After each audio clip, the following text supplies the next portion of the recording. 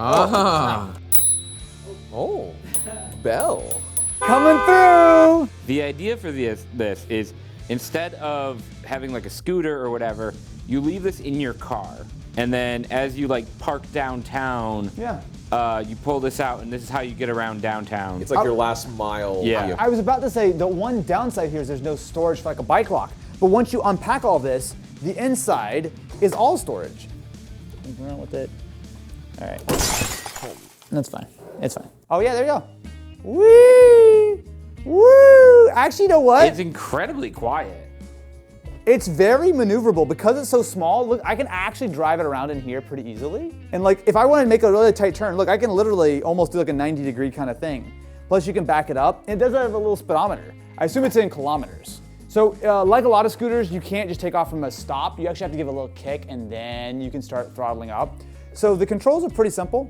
So you've got this little throttle right here. I also like the little like leather like grips. It feels pretty nice. So mode 1, you need a rolling start and it'll go to 10 miles an hour. Mode 2, you don't need a rolling start and it'll go 15. So if I double tap, now we're in 2 mode. Okay, Yeah, so now, We'll go ahead and do that one outside. Yeah. Why are you doing it in here? We work for a 3-year-old. the turning radius is so tight. Like look how tight I can turn here. Wow, okay. Okay, 3, 4, 5 miles an hour, 6, 12. Oh boy, that's gonna be, yeah, so this does not take bumps well. I took that at 12 miles an hour and boy, that seat found a new home right up my pants. This is actually decent. Boy though, I would say that taking this on like a bumpy sidewalk or something sounds legitimately kind of scary. Now maybe if I'm driving slow, it's fine. Let's go ahead and take this thing out though on the open road. All right, goodbye my friends. Technically it's a scooter, so you should keep it on the bike lane, I would think, but that's okay. Okay, we are now on the street and it is bumpy. So this is 10 miles an hour, feels quite decent. I'm gonna go full speed, let's do it. All right, let's see what we top out. Oh, actually, no, there we go. That's 15. So we were 16, oh actually, technically it says 15 miles an hour at the top, but we're actually doing 16 right now. You know what, this is actually pretty fast. It's fast enough that it would hurt if I fall off right now. Okay, so I'm going up a fairly steep hill. It looks like about 8 miles an hour is sort of where we're at. So with the 250 watt motor, it's never gonna be super fast, but it does have enough speed to at least get me up a very steep hill. If I was like pushing a bike up this, it would be annoying. All right. People are just staring at me like, what is that idiot doing on the scooter? All right, so you gotta be really committed to the portability aspect. It's probably gonna take you 2-3 minutes to tear this down and put it up every time. If you're the right kind of person for the Moto Compacto, cool, sweet, but there's certainly some limitations. It is fairly expensive. It is not the most comfortable or the fastest scooter around, but what it is something with a lot of style. It works pretty well. And if you want something which is super portable and yet can still get you at a pretty decent speed, kind of fun. Oh, that worked. That was some real danger right there. I'm just over here warming up, getting ready, and a package was flung aggressively. I have a knife. Adidas? Adidas. Okay, I have a couple of thoughts. First of all, it's an Adidas collab with Xbox. Second of all, it is squashed and unbelievably dusty. Can I ask, is this an item that has maybe been sitting around for a little bit? Why is it this dusty? Is there some backstory here? No, I don't even know that Adidas ever did a collab with Xbox. it happened some time ago. Yeah, it is at least a year ago. Yeah, it happened more than a year ago. Really? Yeah. Yes. Xbox 20, it was from the 20th anniversary, I'm guessing. Which was when? Not this year. Yeah, I'm like, we're- wait, 20th anniversary for Xbox? Didn't the Xbox come out in 2002? 2001? Oh my God. Holy. That is sick. So it's got a clear sole, but you also can see it's got the actual like Adidas Boost on the inside. And then yeah, 2001 to 2021. These are 3-year-old shoes? Are you serious? Should I ask how expensive they are before I put them on? How much are these? How much were they when we bought them versus how much Yeah, are they now? both. How much were these in 2021 when you bought them? So we bought them for $140. Okay, it's a little expensive, but that's, there's plenty of shoes that are in that kind of zone. How much are they now? Like, give me the price. StockX got them for $71. Oh, they've depreciated. Yeah, because they closed all the studios, so no one likes Xbox anymore. These are a little small for me to the point where I don't actually need to lace them because they're a little tight. But look at that. Look at that. He was a beautiful skater aesthetic. boy. He said, "See you later, boy." But she wasn't good enough for you. So, we wanted to spark some debates in the comments. Did you get PlayStation and Xbox shoes? Is that the segment? So these are PlayStation Pumas. So I see Xbox got Adidas, and PlayStation had to settle for Puma. The only PlayStation bit here is a little bit, you've got a little like triangle and square and whatnot on the front, and you also have on the tongue, which is almost hidden, you have the PlayStation symbol. Check the bottom. Check the bottom. Oh, okay, you also have some symbols on the bottom, but So when you curb stomp. Are the Pumas also very, very old? Pumas are not 3 years old. The Pumas are brand new, so that's why we Okay. thought that we could bring the old Adidas out. I mean, I will say I think the Adidas look a lot cooler. I like the transparent sole versus the thicker dad shoe kind of vibe of That the also has a PlayStation transparent figures. sole. You literally saw the bottom of it. Yeah, but like you can't see it from the side. Like from the side, does that give you any PlayStation vibes at all? It does look like they went to Payless, got a couple pairs of shoes, Yeah. and then I want like a bigger logo. I want something else. Like this is fine, but like unless you look at the bottom of the shoe, there's not a whole lot going on Oh, there. there's got the little tag. The little tag's got the symbols too. The Pumas are a little bit more comfy. Like I of feel course they've got they are. like a little bit of extra Yeah, because dad spring. shoes are supposed to be comfortable. Yeah. But I mean, they're both pretty good. How much are the PlayStation Pumas, and can you still get them, or are they massively marked up? You can buy them for $120. The PlayStation shoes do look better with what you're wearing. I think so too. I think the PlayStation goes with more outfits. Like It does, but what happens when I want to wear a green and black ensemble? When do you wear green? Yeah. Okay, so this is the Otona no Kagaku magazine. You can record and play to them. It says it's got a switch for 33 and 45, so it actually looks like it would play records, but how would it create a record? Like, as far as I know, you can't like write to a record. Like, you need a record press to squish the vinyl into making beautiful music. So you can take any song you want, like an MP3 form, Yeah. and you can turn it into a little mini vinyl. So this is the magazine. It's Otono no Kagaku magazine, calling out a music festival from 2020. That probably did not happen. That didn't happen. Am I actually gonna like straight make a record right now? Like, is that what's happening? Because this is actually really cool if that's the case. I'm about to make some beautiful music. If I have this correct over here, it says that this might take 60 minutes. Do you want to see how much instruction there is? Look at that. 1, 2. We're already in a step 11. It's like building a Gundam, but except there are more words than pictures. Matt, where'd you go? So we have spent some time working on our record player, and by we, I mean Alex and Matt spent a lot of time trying to get it to work. What do I do? Because I heard that this was super finicky and annoying. Okay, so Because I see a bunch of little lines, yeah, but it's I mean, all super concentric. we made a few, Yeah. and I mean, that clearly is nothing. It's just like perfect lines going around. yeah. What if I sing into it? Will that work? Well, that's what it's supposed to do. When I was a young boy. But It made something. we can flip it over, all right, Yeah. and we can do our thing. So we reset it. We pull this pin, plug it in. Is it USB-C? No. What? No. There's 2 modes. There's record mode, which you're not gonna be able to see here, but in play mode. Is this playing Play and this needle. is recording? This is record needle. Okay, got it. We'll play. Just play if this is video or something. We'll do sea shanty too. So how do you deploy this guy? You literally just, all right, so it down? Yeah. we're gonna put it down. And so the idea is that this speaker that's on this needle is playing its thing, and it should start to etch it. It's drawing, but it's like a perfect circle, so I don't think it's actually doing anything. And this is kind of where we've been at. We've turned this needle around a few times. Yeah. Like it's Yeah, so there are entire. So basically the problem with this is that somewhere in this mechanism, it's not working with the speaker. So we're gonna try to see if we can at least use the record player to listen to a vinyl record, but the problem is that nothing actually plays at all. This seems dope. It seems like a really cool thing. either we're missing something or it's broken, which is a shame because it's a really cool idea. But you know what? That's the great part of mystery tech. Sometimes you get something great, and sometimes you get a pair of socks for Christmas. Amazon Prime delivery. Oh boy, I'm so excited. Inside we have, is this for a different item? Yeah, it's a different. Pretend you didn't see that one. So, this is the Game Scent. So it promises AI. Yeah. It automatically Yeah. releases scents during games, events that release scents, gunfire, explosion, racing cars, forest storm, clean air scent, and many more. You always notice me sniffing tech? Well, guess what?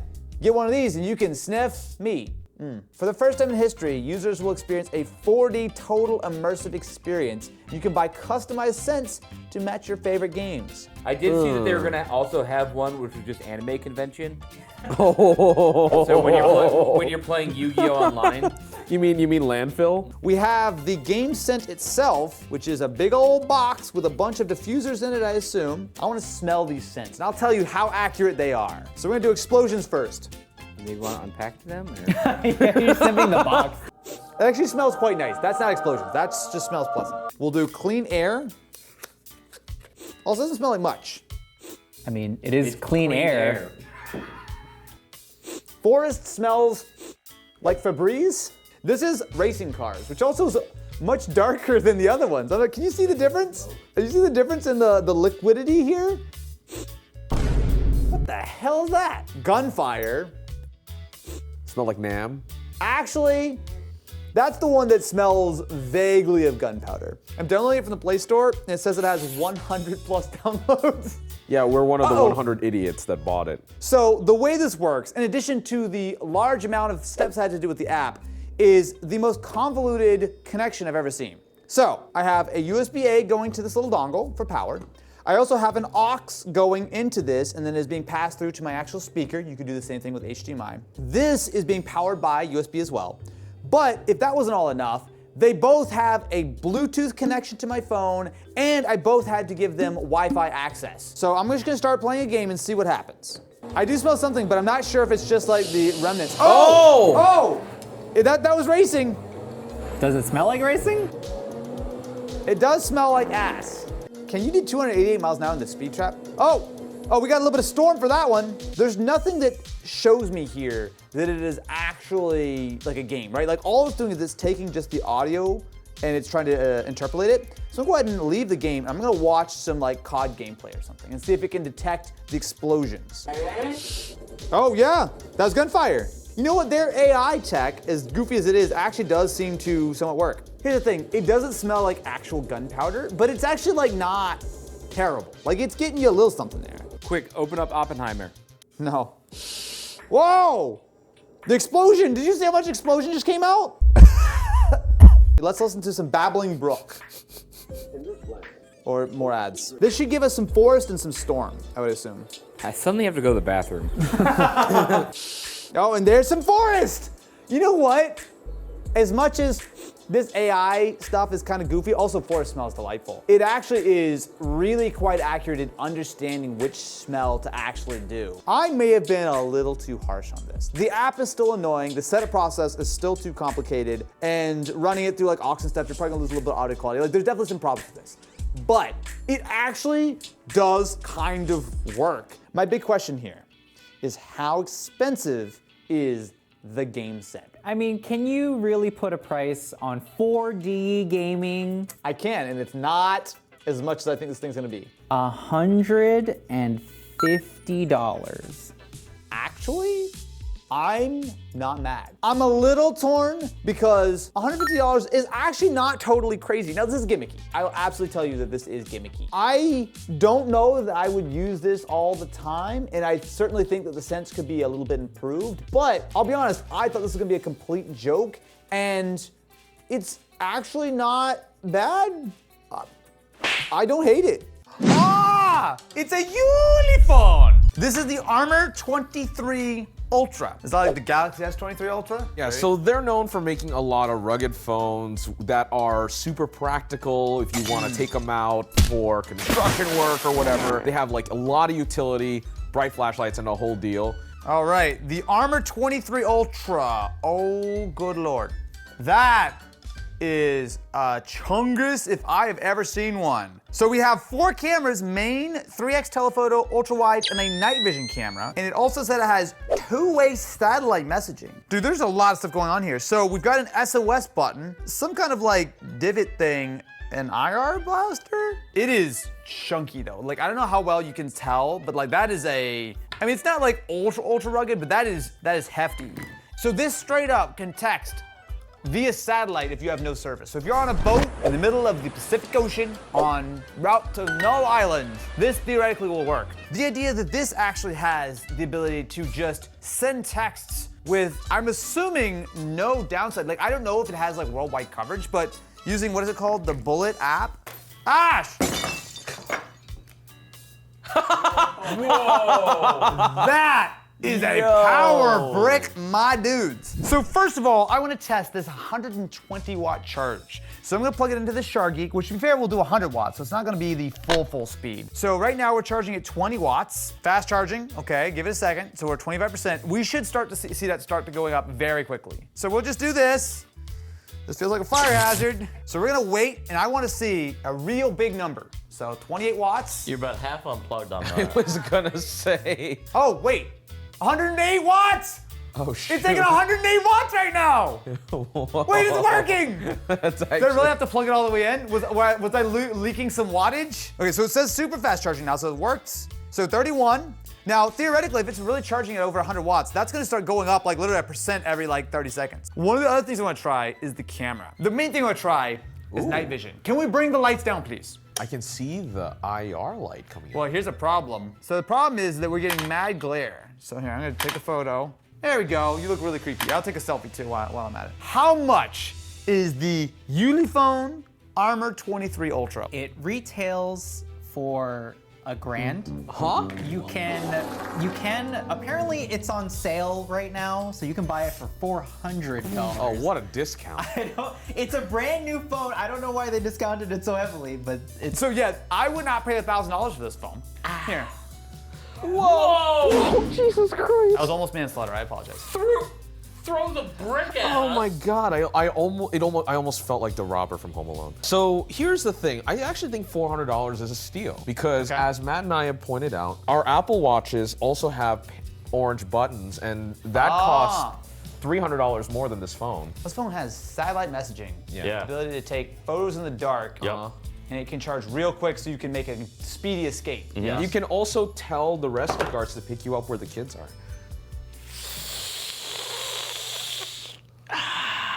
Next item, please. I would like to point out for this next item, Go ahead. I bear no responsibility.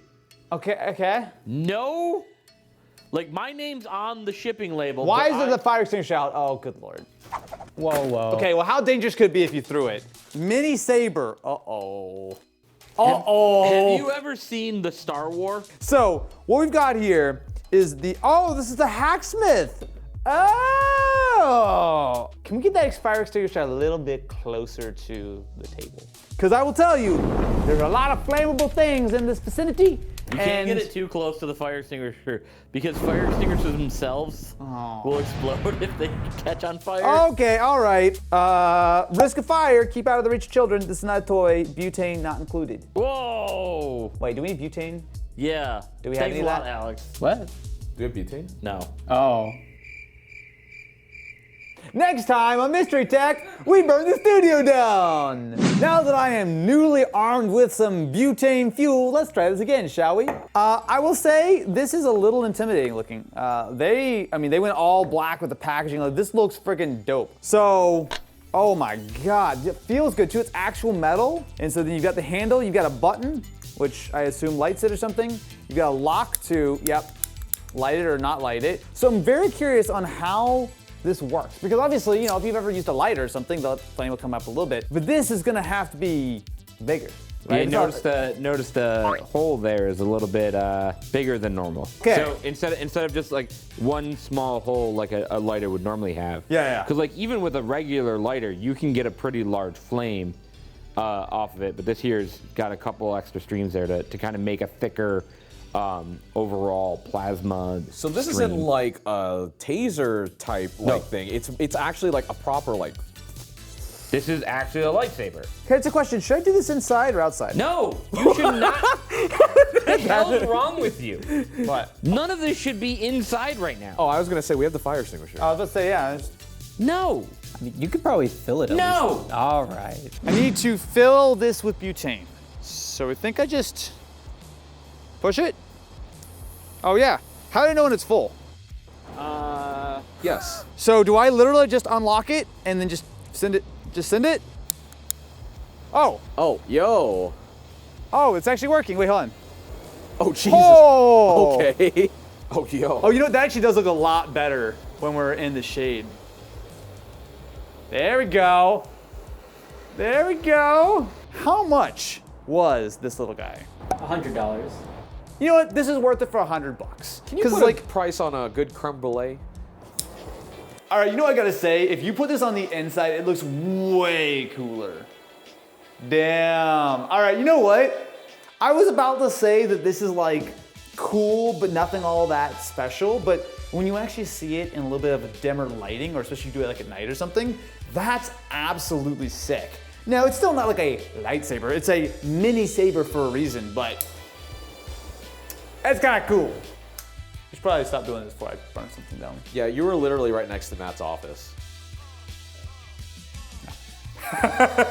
Gentlemen, y'all looking real oh no, it's not another toaster, is it? Is it not another toaster? No, it's just bread. Hello and welcome to Mystery Tech. Today, I eat bread. On Mystery Tech, we have had a prodigious history of some truly spectacular toasting apparatus. But today, we're taking it up a notch with whatever's in this box. If you ignore like the normal categories of like laptop, cell phones, consoles, the number one category of Mystery Tech product by a long shot is toaster. I don't think that that's wrong. Yeah. This really the way you ship it is just in like a wow. plastic bag? I feel like, is there a reason why? Keep going. Keep going.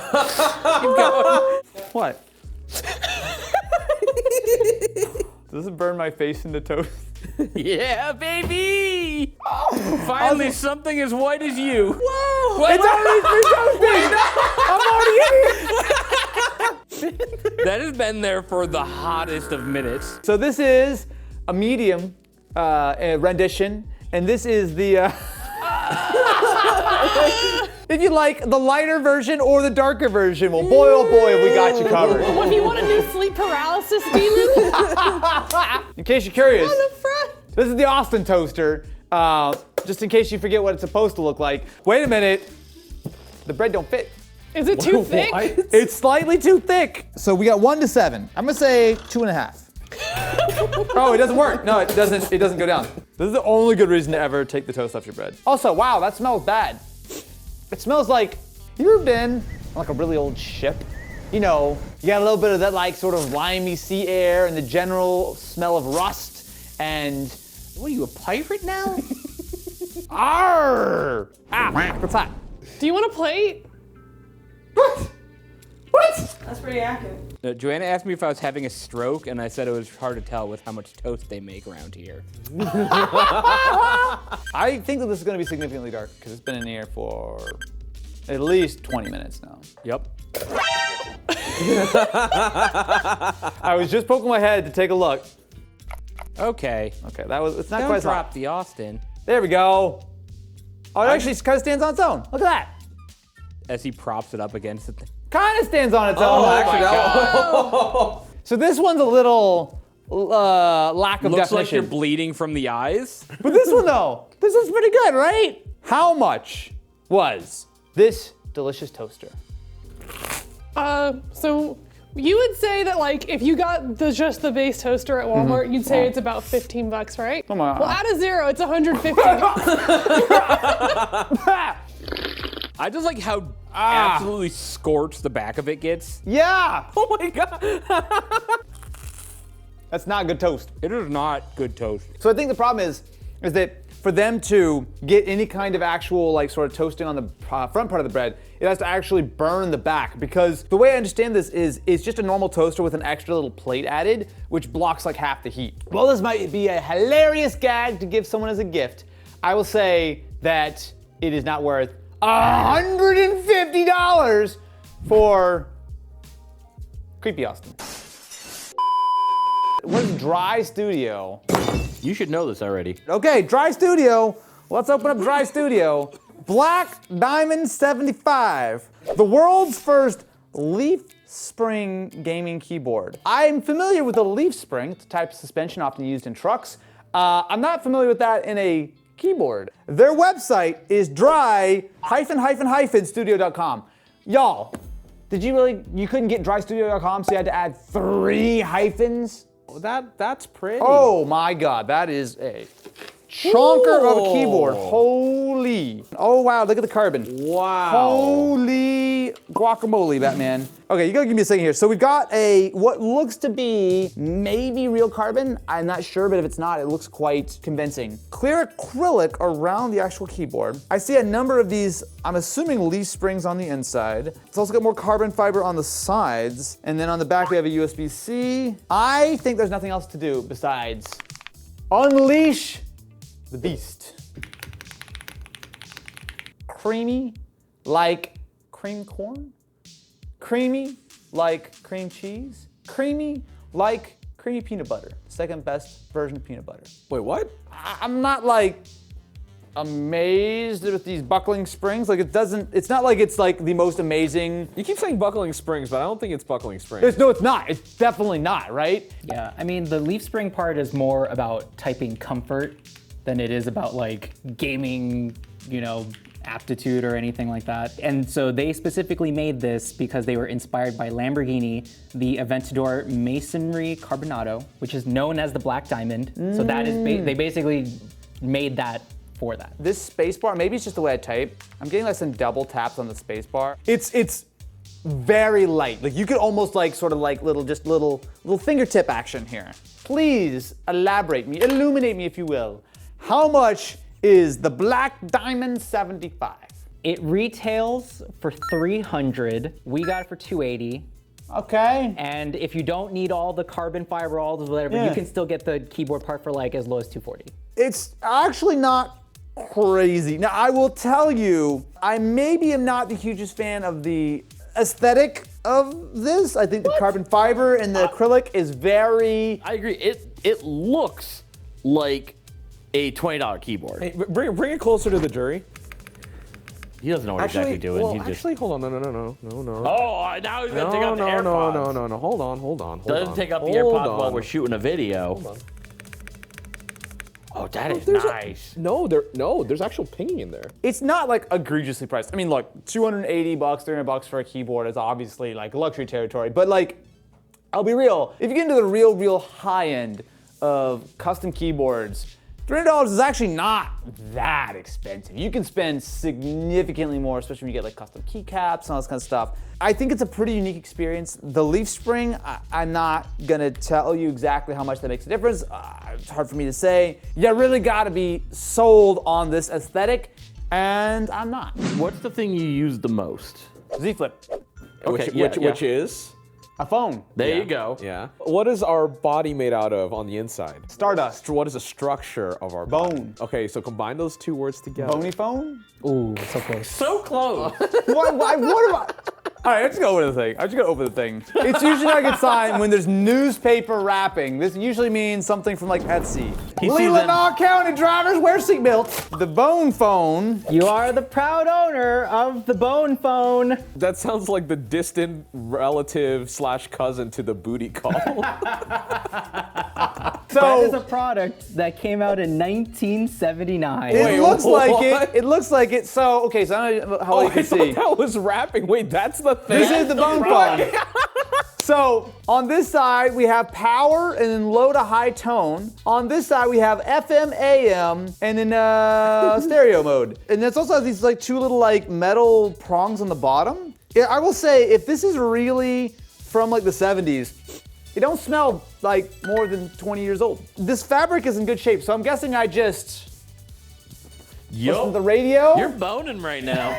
Boy, didn't think I'd be doing that 1 o'clock on a Tuesday, Wednesday, Thursday morning. What is your least favorite type of headphone or earbud? Bone conduction. Wait, this is actually bone conduction? Yes, that is one of the From the first 70s? instances Get of bone outta here, conduction. really? So do I just do this? No, you had it right around your neck. Okay. Let's see if it has any battery or however I do that. Oh, I heard it. Yeah, I always expect these things to be like covered in just smoke. Hey. Huh? Okay. Do you feel it? It sounds like it's coming from behind me. The marketing tagline for this is "Built to take it." I'm trying. I'm really trying here, okay? Something about that, like, really scratchy, like, old school FM just gives me some real. Oh. Bone me up, boy. They're boned. They basically just want to send the sound so loud into your body that it reaches your ear.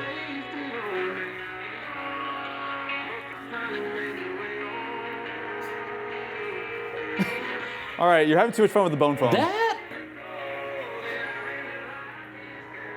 You have AirPods in. Oh no, we can't hear us. He's got AirPods. That's a good dead meme. Hey, you guys. Oh man, Rascal Flats do sound good like this. For your free consultation right now. Throw away your glasses and contacts forever. Get perfect vision and save money. Dial pound and save a Look at him boning, man. That's pound. This is shockingly decent for something that is as old as it is. It's soft. It works pretty well. It sounds like, for old school radio, it sounds okay. It's very scratchy, but like, you know, like before HD radio, most radios were kind of scratchy. It really works. Like, you listen to it on the table, right? You can hear it, of course. But when you put it on, you actually can probably hear what I'm hearing because my mic's right here. It's a big difference. How much is the bone phone? $45. A steal! You could pretty much just put this in your pocket, right? Just you know, get this crap out of here. All right, we're just gonna just look at that. Is that a bone phone in your pocket, or you just happen to see me? You bought an You item? bought something for Mystery Tech? You know what? Every once in a while, because look, here's the thing. I can't trust these guys to not deliver. I don't know. Funny enough, that's in some Stuff. industries that's called insider trading. Well, I'm probably gonna go to jail anyway, so might as well go out and be rich along the way. Yeah, boy! Yeah, boy! It's the Palm Pixie Plus! Did you not know what the item is? I bought this. My good buddies, we were all talking the other day about WebOS. Do you remember WebOS? Not the LG TV operating system. Oh, no. Before that, this was made by Palm.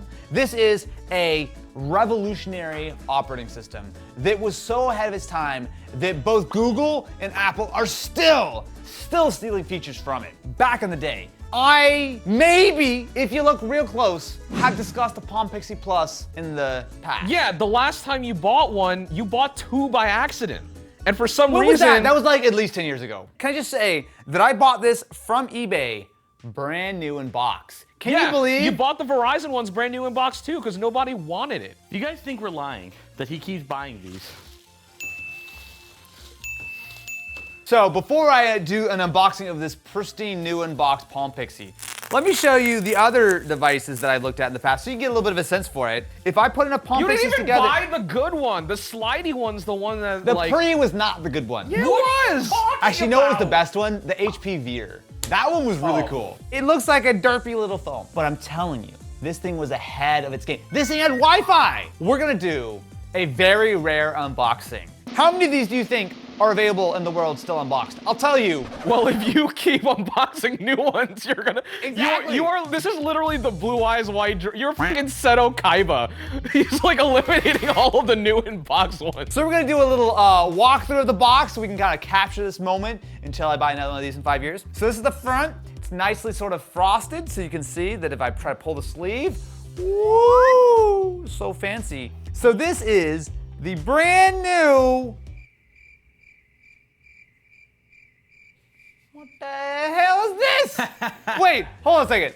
Can you see the difference between these two? It's like a case, but it's an actually replacement shell that's not remotely new. You bought something that we already had 3 of because it was quote unquote brand new in box. Yes, sir, keep going. It was not brand new in box. It just hat Look, box. I'm gonna read it, okay? Palm Pixie Plus, factory sealed original box. It's got the touchstone base. This is wireless charging, my dudes. Look at this, watch this. Ready? Woo! I need to plug it in first. It's got a second back in here too. Both of which look like they've been sneezed on. You know, the whole this is 15 years old thing. They don't have the activation servers on anymore. Hold on, I'm gonna put it on my touchstone dock here. Come on, Pixie. Wait, hold on, it's telling me to do stuff. Okay, put a SIM card in. No service. Oh, but it's got Wi-Fi. Feels like it's been 30 to 45 seconds since an item of mystery tech has hit the table, which is a great time to ask you to subscribe to the channel and ring-a-ling the ding-a-ling button. Why did you place that so carefully? Whoa, strong boy over here. He just went to the gym. Oh, I'm sorry. No, you want heavy. I'll show you heavy. This is our tungsten cube, and it is heavier. Look at my hands shaking. It's so heavy.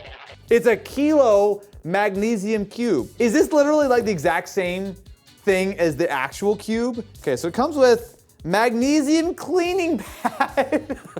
More than the tungsten came with. Oh my God, it's actually this. Is this the same size cube? This is a solid cube of magnesium. And as you can see by me holding it with 2 fingers, it's light.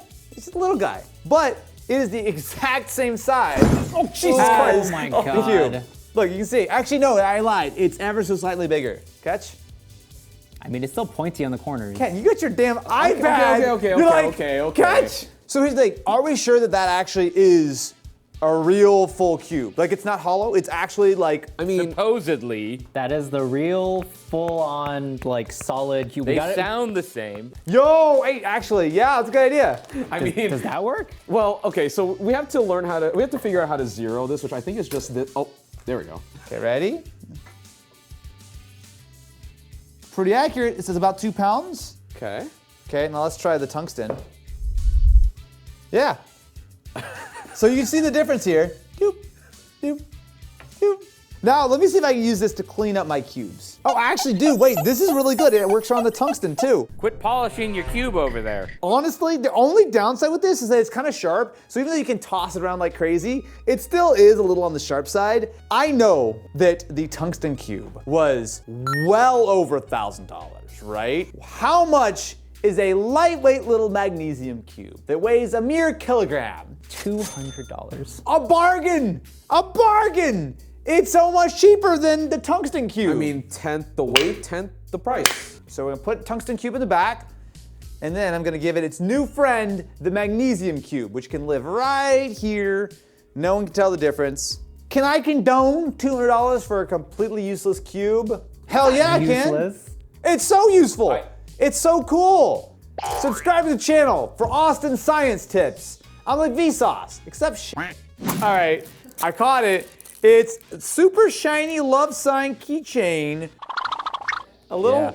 No, do that a little harder. Yeah. Oh, it's middle finger. Oh, I got it. Okay, I was looking at it from all the other different ways. What do I do with this? Is that not enough for you? Is that not enough mystery tech for you? Are you not amused? Do you want to grab the cubes? Oh, I need to grab the cubes for the segment? Hell yeah. Yeah. Cube 1 and Cube 2 activate. Oh, you didn't know? Oh, yeah. We'll go over that later.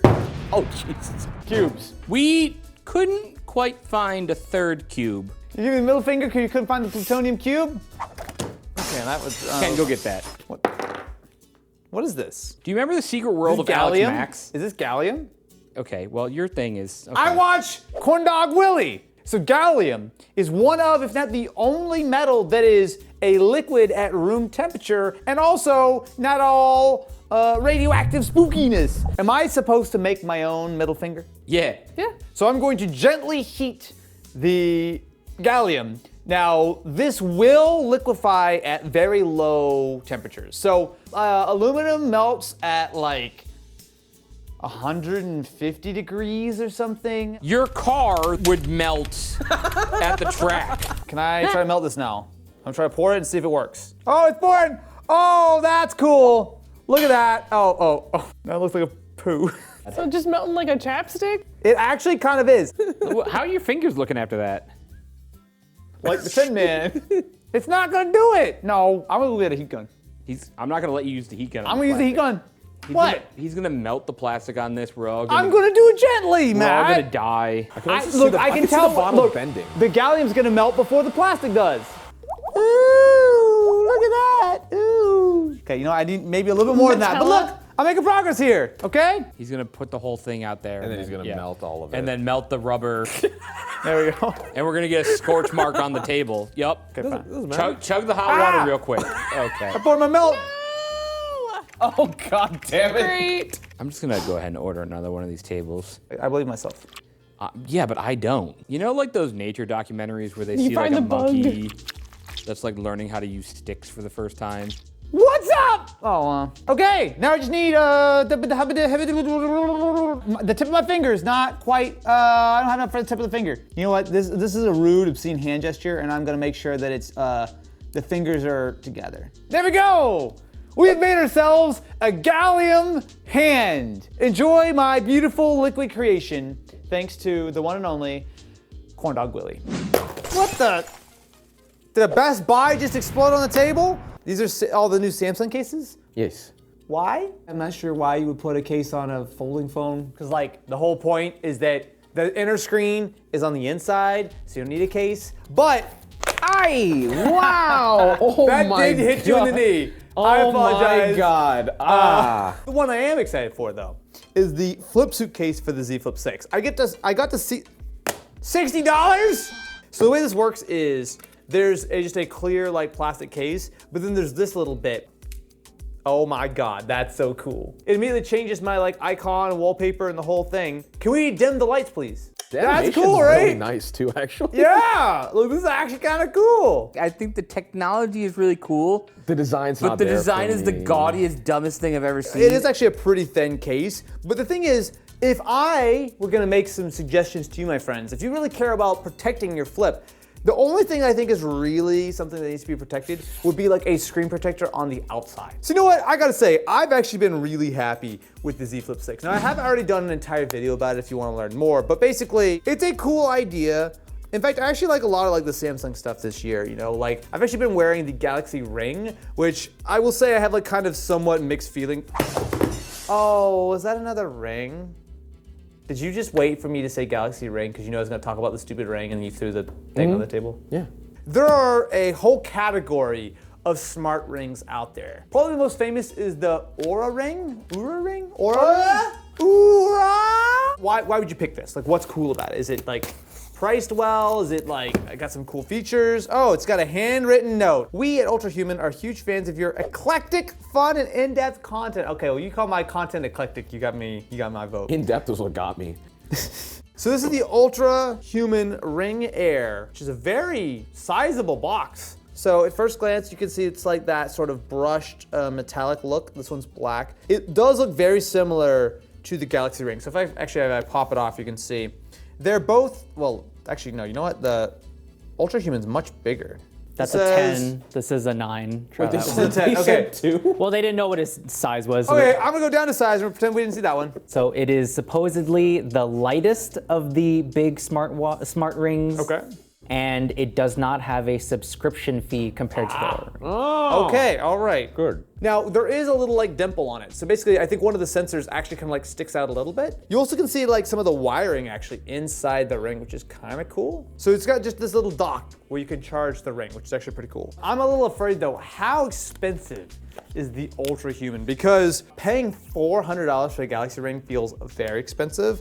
Please tell me that the Ultrahuman is less than $400. Yes, it is. So Okay. it comes in a lot of different colors, but they are all $350, which is on par with the Aura Ring, whatever they want to call it. So it's still expensive, right? We're still talking about the same price as a lot of smartwatches. So my problem, again, just purely based on the last week and a half I've spent wearing the Galaxy Ring, it's not like enormously accurate. That's one of the big things. For me, I feel like if something's on your wrist, it's probably getting a little bit like sort of better readings versus like every time I move my fingers around, it thinks I'm like taking steps. Let me set this up. Let me spend a little bit of time with the Ultrahuman and I'll report back. So I spent a little bit of time wearing the Ultrahuman and I've actually got to say I'm pleasantly surprised. The Ultrahuman has a couple of key advantages over my time with the Galaxy Ring. It is a little bit cheaper, not by a lot, but a little bit cheaper. Importantly, it also works well on non-Samsung devices. The Galaxy Ring, it works on Android, but it really is designed to be used with a Samsung device. It also feels like the Ultrahuman is a little bit more fully featured at this point. So some of the metrics are better, and you also have a bunch of additional things you can add, like when you should be drinking caffeine and whatnot, whereas the Galaxy Ring feels very much like a Gen 1 product. I'm not necessarily recommending you to go and buy a smart ring, but the Ultrahuman actually is pretty decent. Can we just get a damn item on the table? Oh, you're waiting for me. Inside, we have something very well bubble wrapped. Headphones? What? It's like this, right?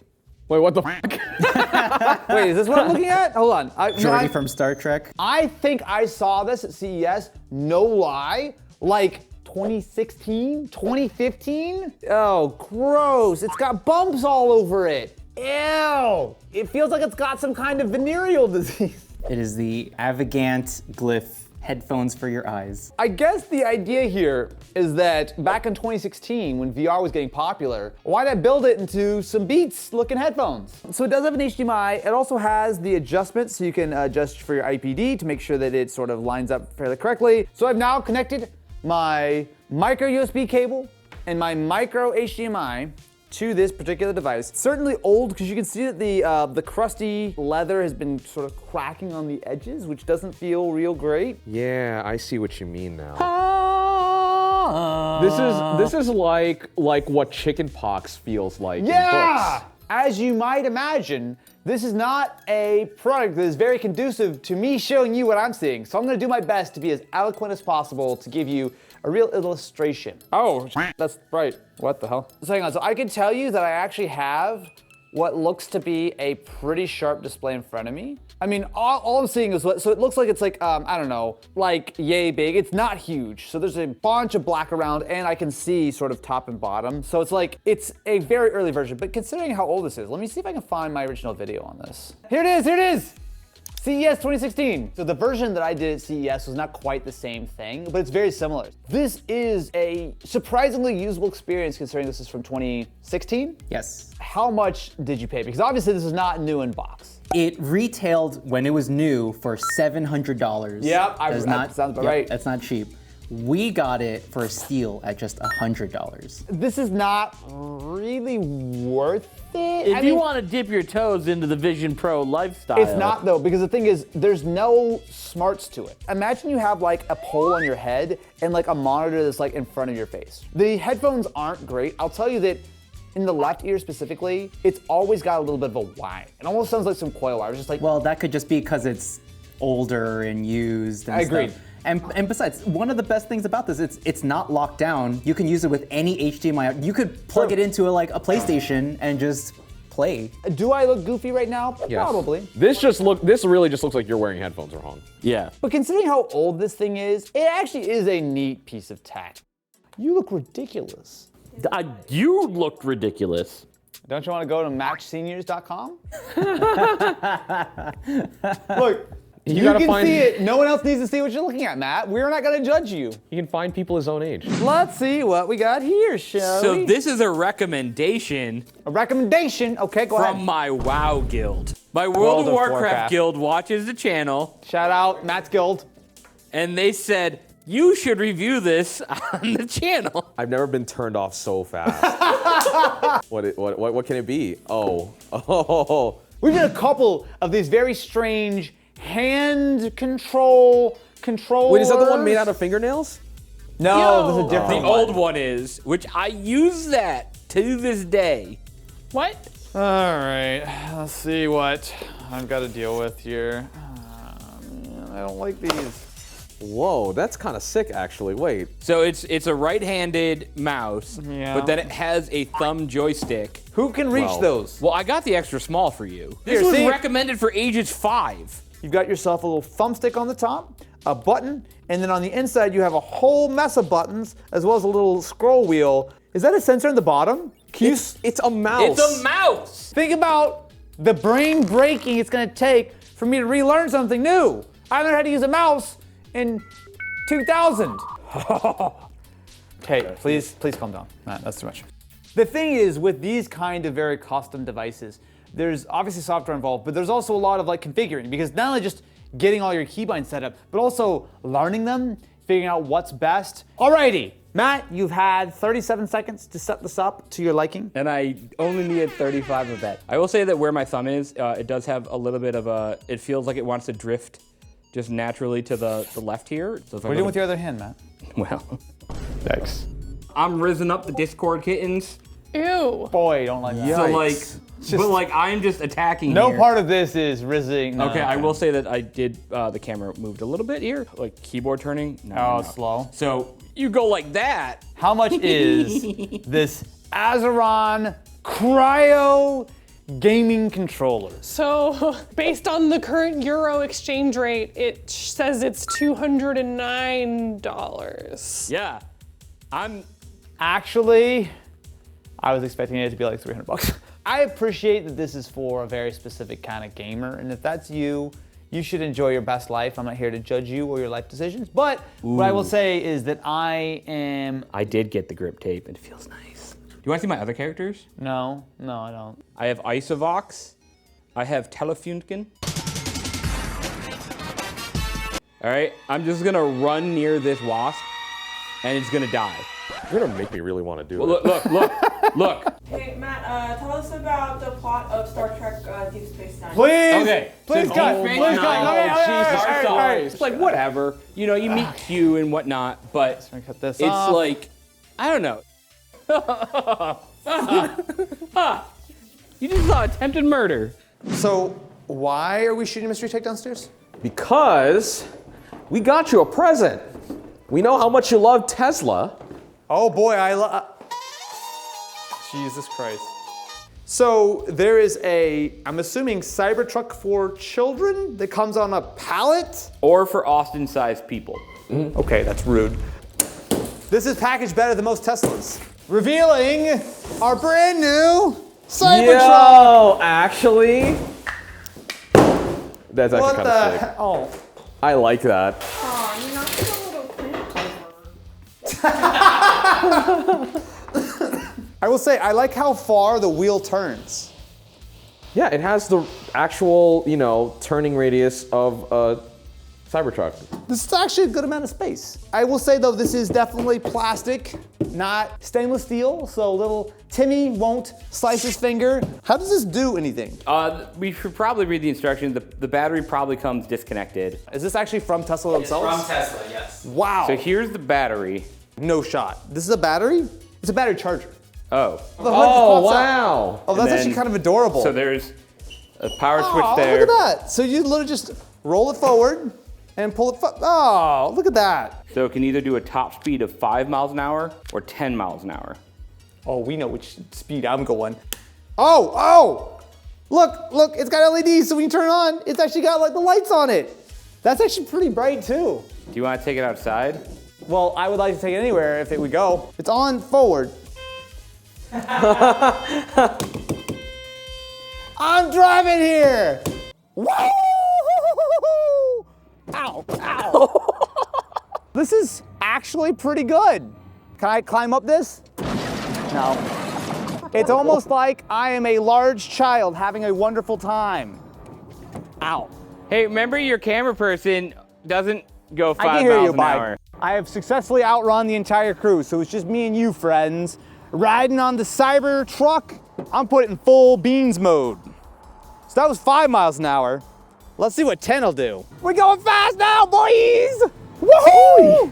That's some speed! You almost needed to apply for workers' comp. Some speed! Oh, I feel like gosh. I won't regret going over this giant bump. Oh, ow! I regret going over the giant bump. Ow! Can I ask a very pertinent question to my Cybertrucking? How much did the Cybertruck cost? It was a steal. You stole it? Because we practically, Okay. because we got this Yeah. from the actual Tesla website. It's good. We paid a mere $2,000 for it. 2,000 United States freedom units? Yeah. The good news is, up until you decide to, hit some curbs and do some jumps, we could have resold this for about 4,000. But my disappointment is immeasurable. I don't know what to say. We're gonna see him driving to work in that tomorrow just to try and get some money out of it. So here's the thing about the Cybertruck. It is a really questionable decision to spend this much money on a toy. Who would spend this much money on a toy? It's almost like spending $50 billion on Twitter.com only to burn it to the ground. Whoa, jeez. I like how that box is so light, it basically like floated itself onto the desk. Is this one of those things I've seen on Instagram where it's like those lenticular like pieces of plastic? Missouri boy over here with the $20 words. Why do you have these discussions before you open the box? Because here's the thing. I'll let you in a little secret from Mystery Tech. The items are always lame. It's the banter you come for. Wow! It's so clear, I can't even see it. It's so clear. We should have got him green clothes. See? Sounds an awful lot like something fell out of there. Oh my God, you just took it out of the box to make fun of me, didn't you? Yeah. All right, is everyone ready to find me to be invisible? Do you see me? Okay, first off, you're holding it the wrong way. Oh, sorry. Is that better? Nope. You're vaguely, your head. No, you know what? It's a distance thing. It's a distance thing. So literally, like. There we go. Look at. Oh, look at. Oh! Yo! Austin, come out. Yeah. Hey! Okay. Yeah. We appreciate your order and your review. I was able to hide from my wife and kids with this. So if you just do this, he'll disappear. I'm made of plastic. It's fantastic. Rage! It's got this weird like suction to the table. It looks like wet. Yeah. I don't know why we're so enamored by this. Because it's magic. Hello, So it's me. Yeah. Like that's great. So But if I get closer, I start appearing, right? yeah, we can, Hi. like you're just like kind of like a smudge. Excuse you. Wait, actually, I think it works best with like. I'm behind here. Wait. He's gone. I'm actually still here. It almost looks like we're censoring the fact that you're not wearing any clothes right now. Yeah. What? It looks like you're holding a weird mirror. Anyway, invisibility cloaks. They exist, I guess. I just want that to be foldable so I can like throw it on myself and sneak through the library in the restricted section. Invisibility! I'm just saying, like, if you had like any type of vague color other than black on, okay. Oh my okay. God. No. That is not invisible. See, is that better? Can you please go tanning? That's okay. Oh, you can't get married now. That's heavy. That was a little bit of a thud. I have nothing to go on except that this is a quite heavy box. Good. Stop trying to guess things before you open. Everyone loves Mystery Tech when I don't open the tech. We and it literally cut every one of those segments out. What is that? It's an Aya Neo. Oh, mother. So, Aya Neo have made a lot of handheld gaming devices. Now, some of these have been good. In fact, Aya Neo were kind of doing the whole like ROG Ally thing before ROG were. The problems are that first of all, they come out with a new one every like 2 minutes. And the last time we took a look at one, it was a supposedly like $300 Steam Deck sort of competitor. And the experience on it was, put simply, awful. Wow, that's a lot of Aya Neo stickers. That's so many stickers. More stuff. Did we pre-order this? Like, why did it come with so many things? We sure maybe. The Aya Neo Retro Mini PC. This is not a handheld. This is a mini PC that's retro. It is powered by a Ryzen 3 3200U. Wait. What? Wait, I thought this was a screen. It's actually just a PC that's meant to sit like that. No, you can't even set the computer like that because you're blocking your ports on the bottom. You gotta lay it like that. We have a rainbow square, you know, the famous rainbow square. What's the like sales pitch? Like, are they really just trying to pretend like this is like a great retro gaming PC, or? There are other versions of that. We got the base version. Okay, so this is a cheap version, got it. This was an Indiegogo thing, so by the time they that fulfilled and everything and they sent it over, it's been a few months. There is another Indiegogo now. Yep. And I will say that this next version does have a touchscreen. What? Hello! Wow, our CPU is 100% pegged. So you're gonna play a bunch of like emulators from like, I would guess like maybe like Dolphin and earlier, you're probably okay. Now, importantly, you do have 16 gigs of RAM, which I will give them props. That actually is a really nice amount of RAM. This is honestly probably like $200 worth of hardware. You can buy this retail for $200. We did an early bird for $150. So. Oh wait, Actually, okay, that's... Oh, this is dramatically better than I thought. Oh, okay. Considering we bought this for $150, I'm actually kind of about it. I want to be clear. You're not going to want to do a lot. Like, yes, this will technically play a lot of modern games, but like not well at all. You have to turn settings all the way down. You know what? I was going to be very, very negative and complain a lot. But now that I know it's so cheap, I'm actually pretty okay with it. It's actually kind of cool. And they gave you like $30 worth of merch. Okay, well. Yeah, think of the stickers. I don't have Think the of stickers. Joanna's happiness. I was about to say, I saw the stickers for 5 seconds and they were just stolen It's just immediately. priceless. Okay.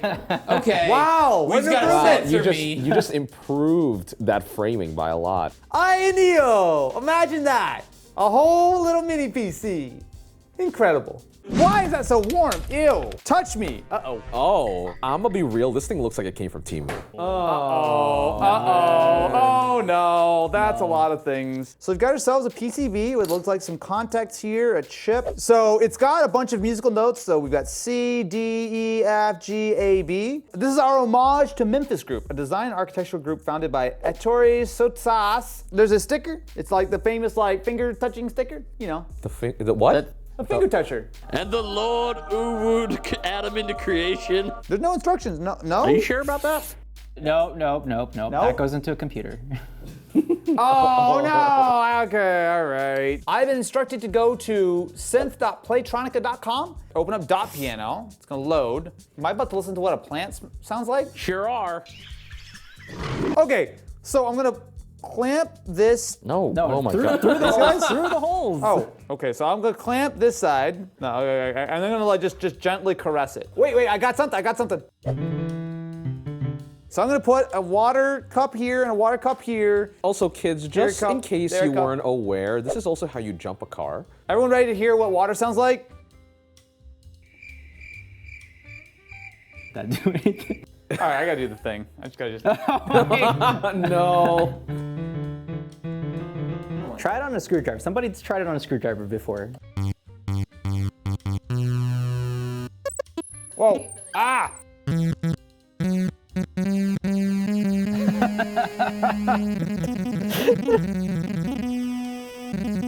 But do we differ? Okay, you all go ahead. You make yours. What does your soul sound like?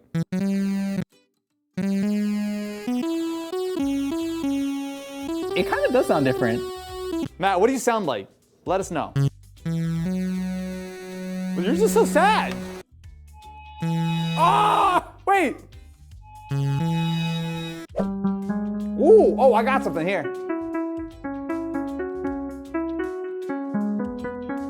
This is a dumb, futuristic instrument from Star Trek.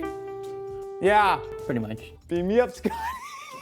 It's wrong. I'm sorry. Wrong version of Star Trek. I'm sorry. Fourth be with you? No, Ken. Stop quoting Gandalf.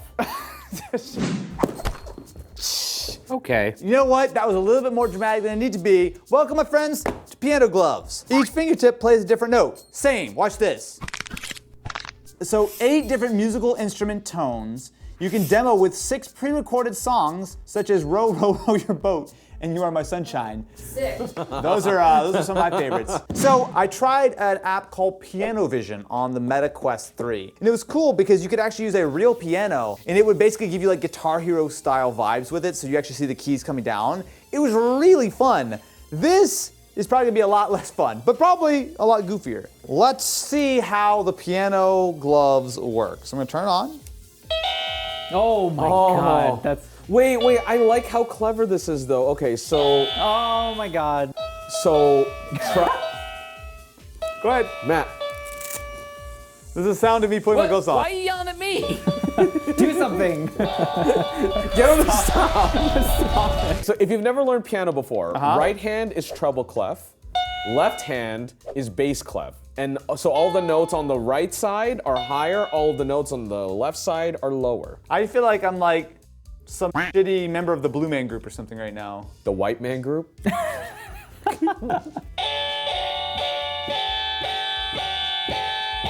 It's almost ode to joy. I'm having the worst stroke watching you right now. Okay. Oh wait, hang on, to be fair, my gloves aren't on fully straight. I think that's actually kind of part of it. Okay, try going one finger at a time.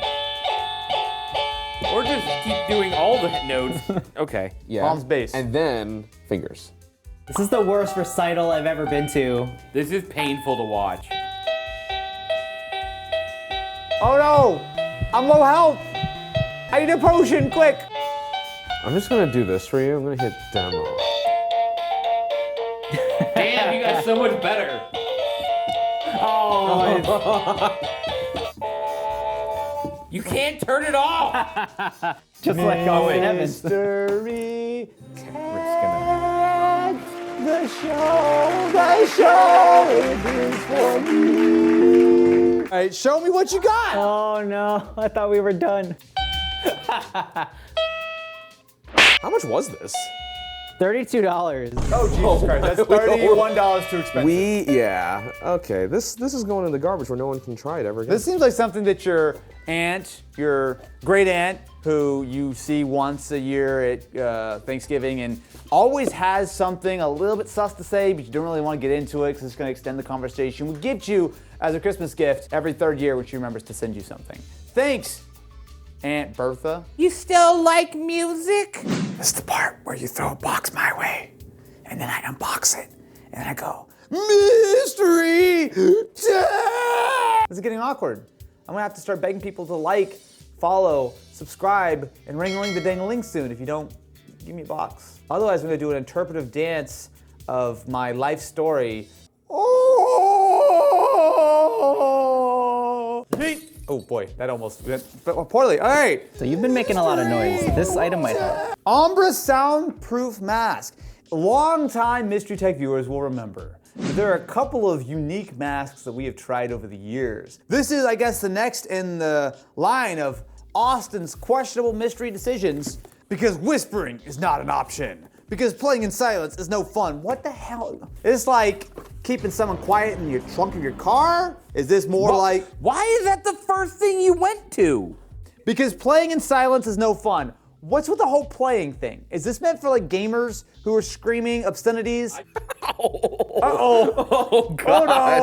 Oh no. I feel like we're not wearing enough leather for this segment. No, I actually agree.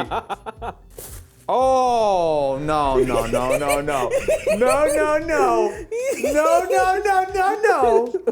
I don't, okay. Oh, good Lord, what is this the mic? It's got a headphone jack on it. Okay. So we've got an aux, so a microphone, headphone splitter. Oh, here are the straps. Okay, well. Oh, the straps. Tell me about the straps. Inspired by the pure love for video gaming, Metadox presents the Ombra, a comfortable, easy to breathe through voice dampening mask that allows you to play games anywhere, anytime. I understand the idea that you don't want to shout and yell when you're choking again in League, but I don't know that this is gonna be a better My dignity solution. would say, I'm just gonna use text. Well, okay, okay. What's the safe word, Matt? I need a safe word. Shouldn't you pick the safe word? Is it super? Oh. That immediately started working. You know, here's the problem. It just keeps covering my nose, which means I can't breathe.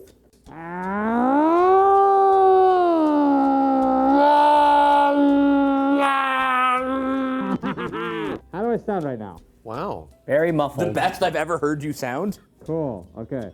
This is now a time like using the microphone. This is now a time gee. like using the microphone. That sounds just like the assholes in a Call of Duty lobby. Okay, so I'm gonna try to whisper. So I'm just curious, what can you guys hear anything I'm saying right now? Barely. I'm gonna voice here.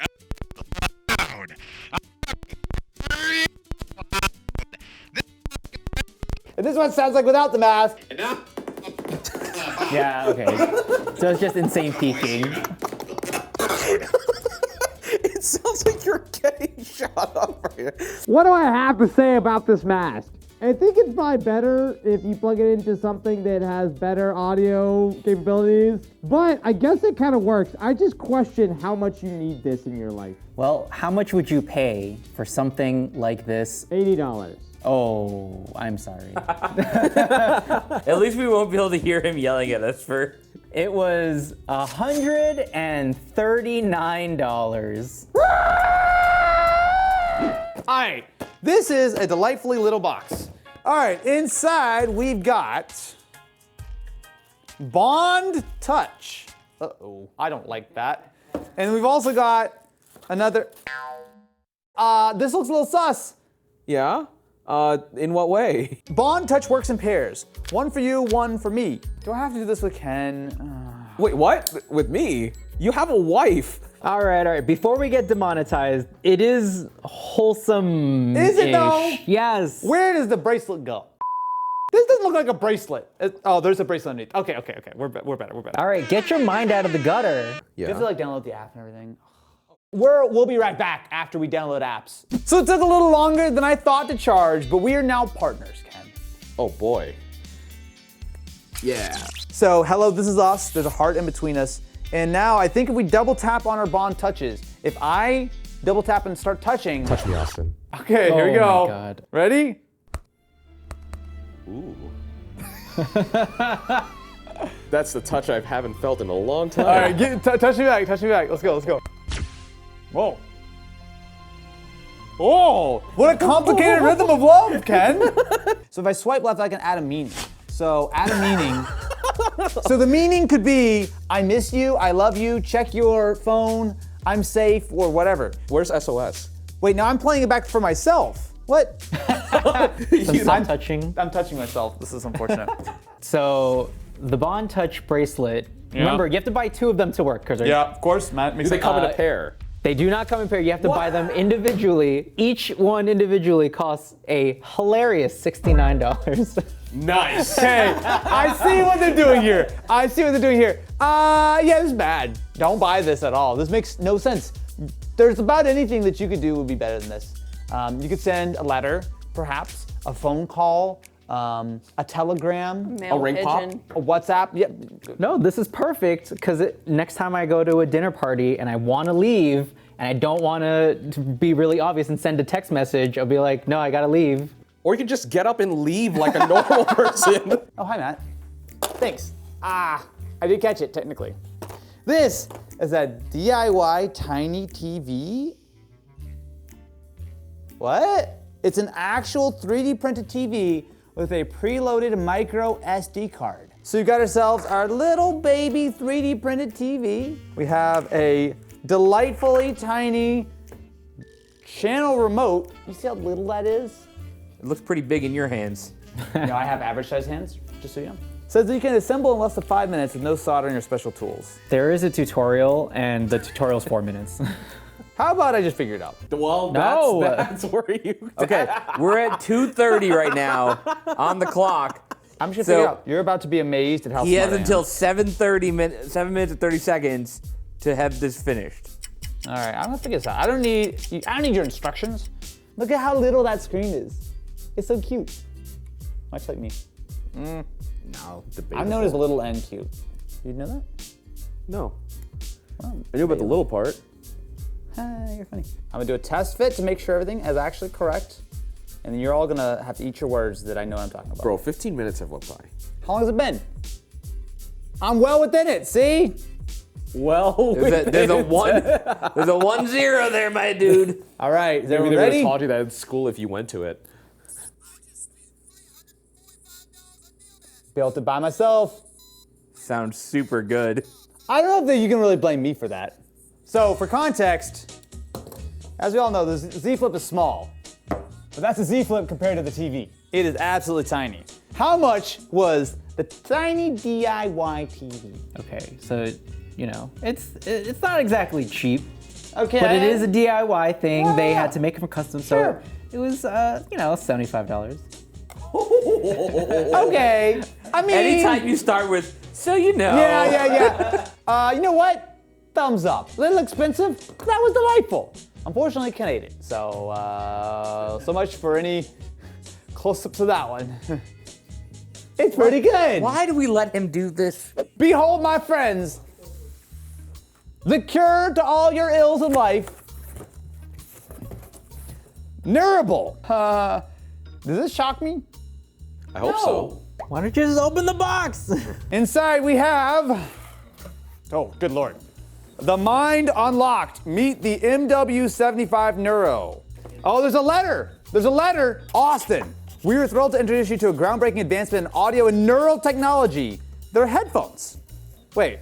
Oh. Neurable AI headphones? We can't wait to see how our headphones help you achieve more with the power of neurotechnology. Welcome to a new dawn of human-tech interaction. Oh, this is Black Mirror. I don't like this. I don't like this.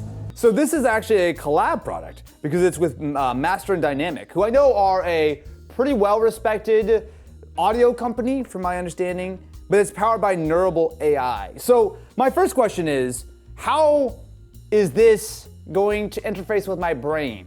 Because sure, it's not just like a regular pair of headphones. Let me right? read this line to you. Please describe to me what I'm looking at here. The MW75 Neuro's EEG sensors track your focus while you work and study to reduce burnout.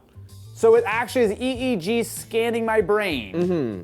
This seems like something I need to spend some time with, because as much as it's all fun and games, I guess the idea, the pitch, is that if this can actually work in determining your stress levels or whatever fidelity of the data they can pull out of an EEG, it could maybe tell you like, hey, you know what, you're burning out, time to take a break or something.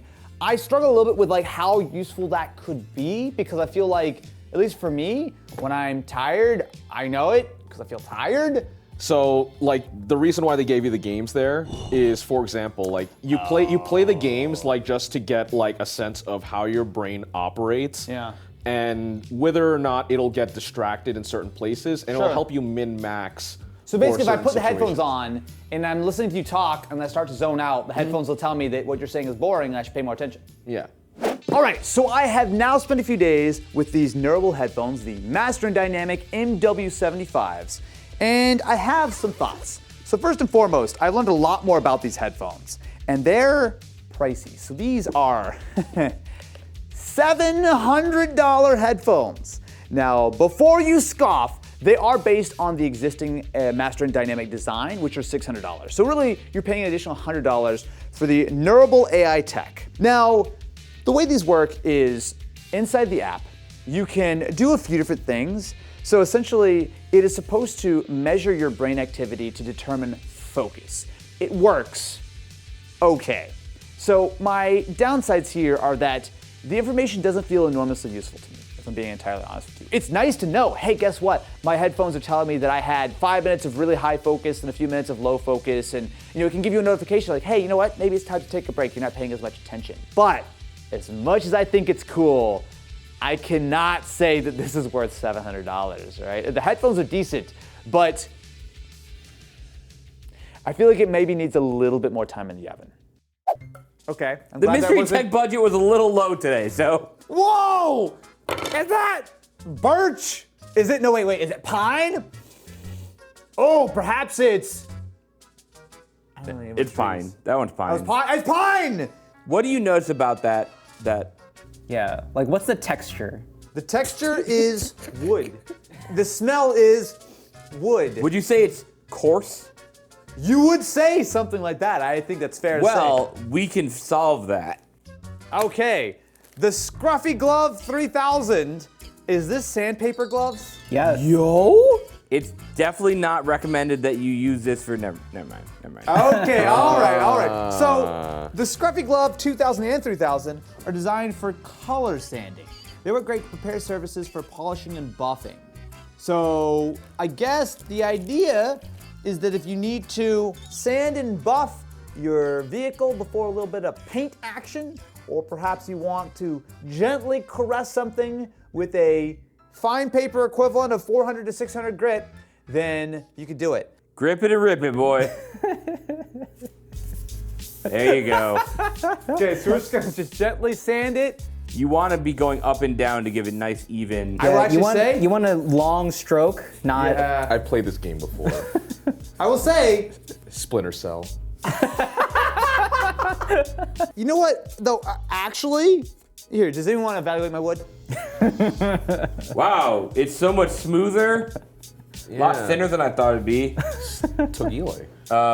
It did work. I missed a spot here. Yeah. You see all the wood shavings that are just falling off right now? Austin, Oh, God. Austin looking like he found the Sears catalog for the first time. Anyone will tell you. Good housekeeping. Good sanding, long strokes. That might be the most polished piece of wood I've ever seen. Wait, was this mystery tech? Where was the tech part? We've been shooting mystery tech for like 20 minutes. I don't know why you decided to do that. Hello. Hello. Oh no, it's something he wants. Yeah, he's being gentle with it again. He's being look at the look on this man's face. Look, he's smiling. Anytime it's something he wants like, to take home. Oh, look, here's he'll walk my it gently over and place my it down. AirPods 5. Oh. AirPods 4. AirPods 4. And we are okay, getting sure. some. Okay, is that but the?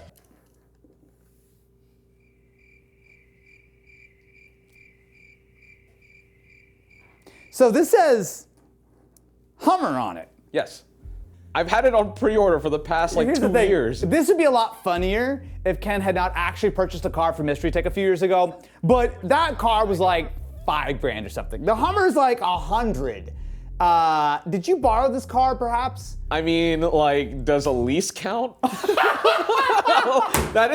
It's just a loan. It's a 36-month loan. I mean. Let's go outside and see what the hell Ken has done this time. All right. Oh my Here we are. It's so big. I know. So Okay. this is one Austin for scale. It's big. The reason why I really wanted it. You really wanted it. Yeah. I mean, we wanted it. Oh God, are you doing crab walk? It's sick, right? Oh, that's actually really cool. It's kind of cool. So this is the standard SUV. So they also make a truck version of this. I'll say, as much as Ken's joking, this was a loaner from GM who let us borrow this truck. For 36 monthly payments of not true. $1,300. Not true, definitely not true. Let me spend some time with this Hummer EV and we'll find out what it can really do. So I've been living with the Hummer for almost a week now and I have a lot of thoughts. This is a ridiculous vehicle, but in a good way. If you own a Hummer EV, whether it be the SUV, which is what we've got here, or the truck, you gotta have a sense of humor. You can't take something like this seriously. This is a nearly 9,000 pound vehicle. To put that into perspective, the battery alone inside of this Hummer weighs as much as a Honda Civic. We're talking about 3,000 pounds of battery. So this will do fast charging, right? So you could do, I think, something like 200 kilowatts on the SUV if you go to a fast charger, or for a home charger, obviously it'll run at like, 7, 8 kilowatts, which is what I usually do at home. The problem is, because the battery is so big, I plugged this in at 40%, it took 15 hours to get to 95%, right? Any other vehicle would have been fully charged at that point. So you just kind of have to think about it, just like how a gas tank that's double the size takes twice as long to fill. Well, think about that when it comes to the battery. It's clear that they have definitely put a lot of emphasis in trying to make this a fun, interesting, different kind of thing. And it does accomplish that. I really do like the Hummer. But you gotta have that sense of humor, because otherwise this thing makes absolutely no sense. It's huge, it's impractical, it is going to double your electricity bill if you gotta charge it all the time, and you definitely get a lot of looks.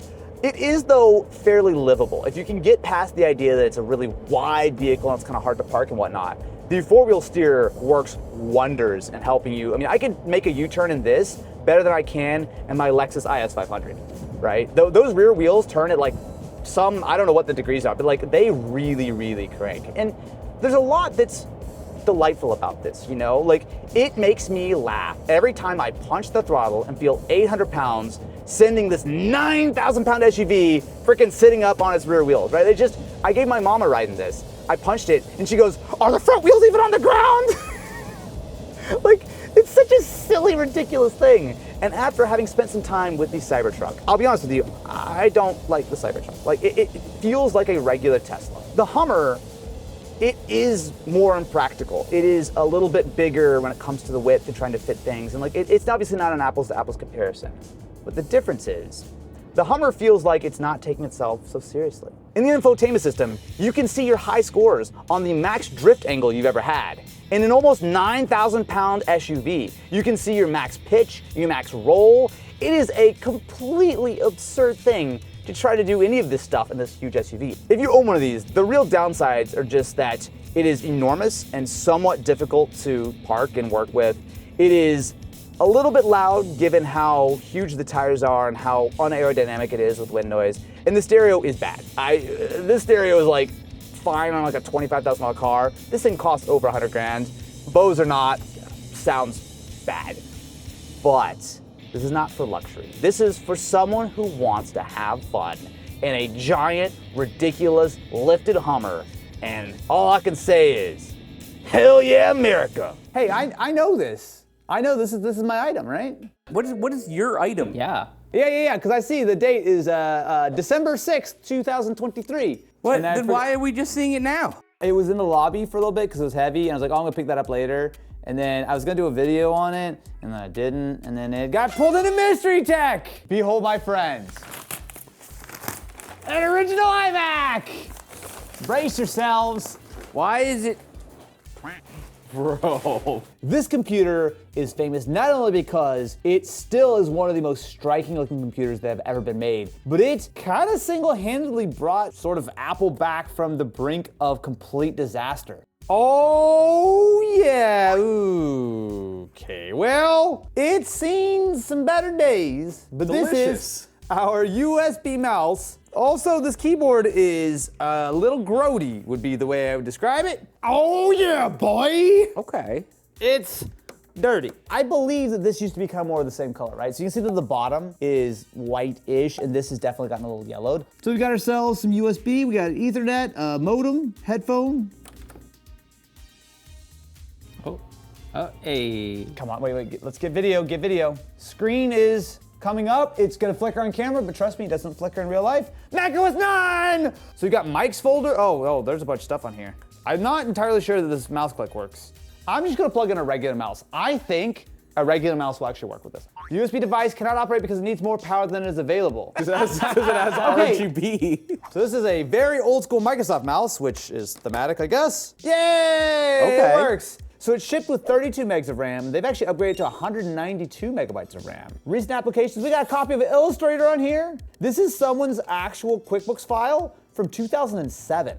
It thinks it's August 27th, 1956. We gotta go back. What? Buddy, we gotta go back. Oh, look at that. We got ourselves Internet Explorer. Microsoft Word is on here. Okay, well the H key doesn't work unless you really whack it. This is an incredibly cool piece of history. And it does seem to work pretty well. Does it need a clean? Absolutely. Anyone want to take a guess at how much this iMac was? And I'm gonna look up the price. I think you paid $2,000. Okay, that was not that much. Alex. 800. 800. Ken. Oh, good Lord. You know what? The iMac has been in a slumber for 20 years. It's been awoken to this bullshit. I actually think that this could probably be like $1,500. So 800, 1,500, 2,000. Joanna? Actually, 1,200. sorry, 1999. I'm gonna headbutt you. What would you say if you learned that I had purchased this computer for $160? No way. Hey, what? Are you sure that's not the shipping on it? Did you use your Second Amendment right on him? Like, what? No, $160. Oh, sorry, no. After shipping, $259. $84 for shipping. Now, the main thing I just need to do now is really just give it a little clean, right? The keyboard needs to pretty much be taken apart and cleaned. And I don't know how to get some of the yellowing out, but come on, right? Right? Okay, you gently lobbed that one. Is this an item that you're going to carefully liberate after the office? No, it's actually from our editor, Will. Will? Yeah. Donated an item for Mystery Tech? Not donated, it's just like... We more like took it and said, hey, we're taking your stuff. It's Alarmo! Now, as far as I know, it's exclusive if you have Nintendo Switch Online, right? Or Yes, for now. at least for now. Move your body to quiet the alarm. Get out of bed to stop the alarm. Okay, I will be honest with you. I did not actually know that it had like motion sensors. I just thought it was an alarm. Oh, it has So I guess the idea is that you have to keep it kind of like close to you. And if you start moving around, it'll kind of come down. But if you don't get up, then Mario starts screaming at you. I'm actually kind of excited. This is $100, right? It is $100 straight from Nintendo. Not cheap, but I mean, I feel like there's certainly something to the idea of an alarm clock. Because I don't know if I want Nintendo knowing all of my body movements in bed. Oh, he's just a little guy. The top of it looks like a face when you hold it upside down. Thank you, Will. Thank you, Will. What do you mean by that? Oh. That's cute. Okay, wait, hang on. I need to actually lay down here. Oh my god. Okay, I'm just gonna lay down carefully. Right beside you, okay? Oh, move your body left and right. Okay. Maybe I should move to not on the table. This desk Yeah, I is think so. even more tainted than when we started. I don't know how to activate it. Here's these instructions I'm not gonna read. So we got a usage manual, which I'm not gonna read. What's so funny? Why it look like that, bro? It's just epic music to wake up to. Oh yeah, see? I can make it go to sleep. Wahoo! You know what? I actually do want a wahoo when I first wake up in the morning. I feel that's great. Characters will come and wake you up each morning. Move your body to quiet. Bowser just kicks in your door. So basically, the way that this works, when you are asleep and the alarm goes off, it will start making noise. And then essentially, once you get fully out of bed, then it can detect that and it will stop. Pikmin 4, okay. Is there any good Nintendo games in here? Wow. What are you talking about? Oh, it's Breath of the Wild. Wow, I'm Will- pretty sure Will got that for Pikmin. It's really quiet, actually. Hang on. Ugh. It's like slowly getting louder to the point where I'm gonna wake up. All right, I'm awake. Leave me alone, Alarmo. You haven't even gotten to like the weird thing that it does. What's the weird thing it does? It sleep tracks you based on the motion sensor. So it Oh, not it really is. Yeah, so live not- streaming my nighttime movements. Yeah. What a novel concept for a device. You don't have to put it on Wi-Fi. So there's that. I don't know that I'm fully sold, if I'm honest with you. I mean, do we really need an alarm clock? Like, I get it's kind of cute, and I know that it has like the motion sensor to try to like track stuff. But also, you know, your phone works well, or especially I like sleeping with a smartwatch on, and that wakes me up. I know what the problem is. What's the problem? It's not yellow and Pikachu themed. Here's the thing. On Mystery Tech, we're a show that covers a lot of different pieces of tech. But today, we're going to evaluate our deepest moral... No! I saw you get up. We're gonna take a look at some of the most spicy, unique tech that you've ever seen on YouTube, or your money back. Razor? Oh man, that's not Razor. That's not spicy. Why is it in a Razor bag? Because they gave it to us. They said, here you go, little boy. The Black Widow V4 Pro 75. So they sent this out. What makes this Pro? It's got more features. It does not. What? So, wireless hot swappable gaming keyboard with an OLED display and a command dial plus chroma. That's actually really pretty pleasant. I will say it's their their PBT keycaps, right? They're very like rough. Gritty.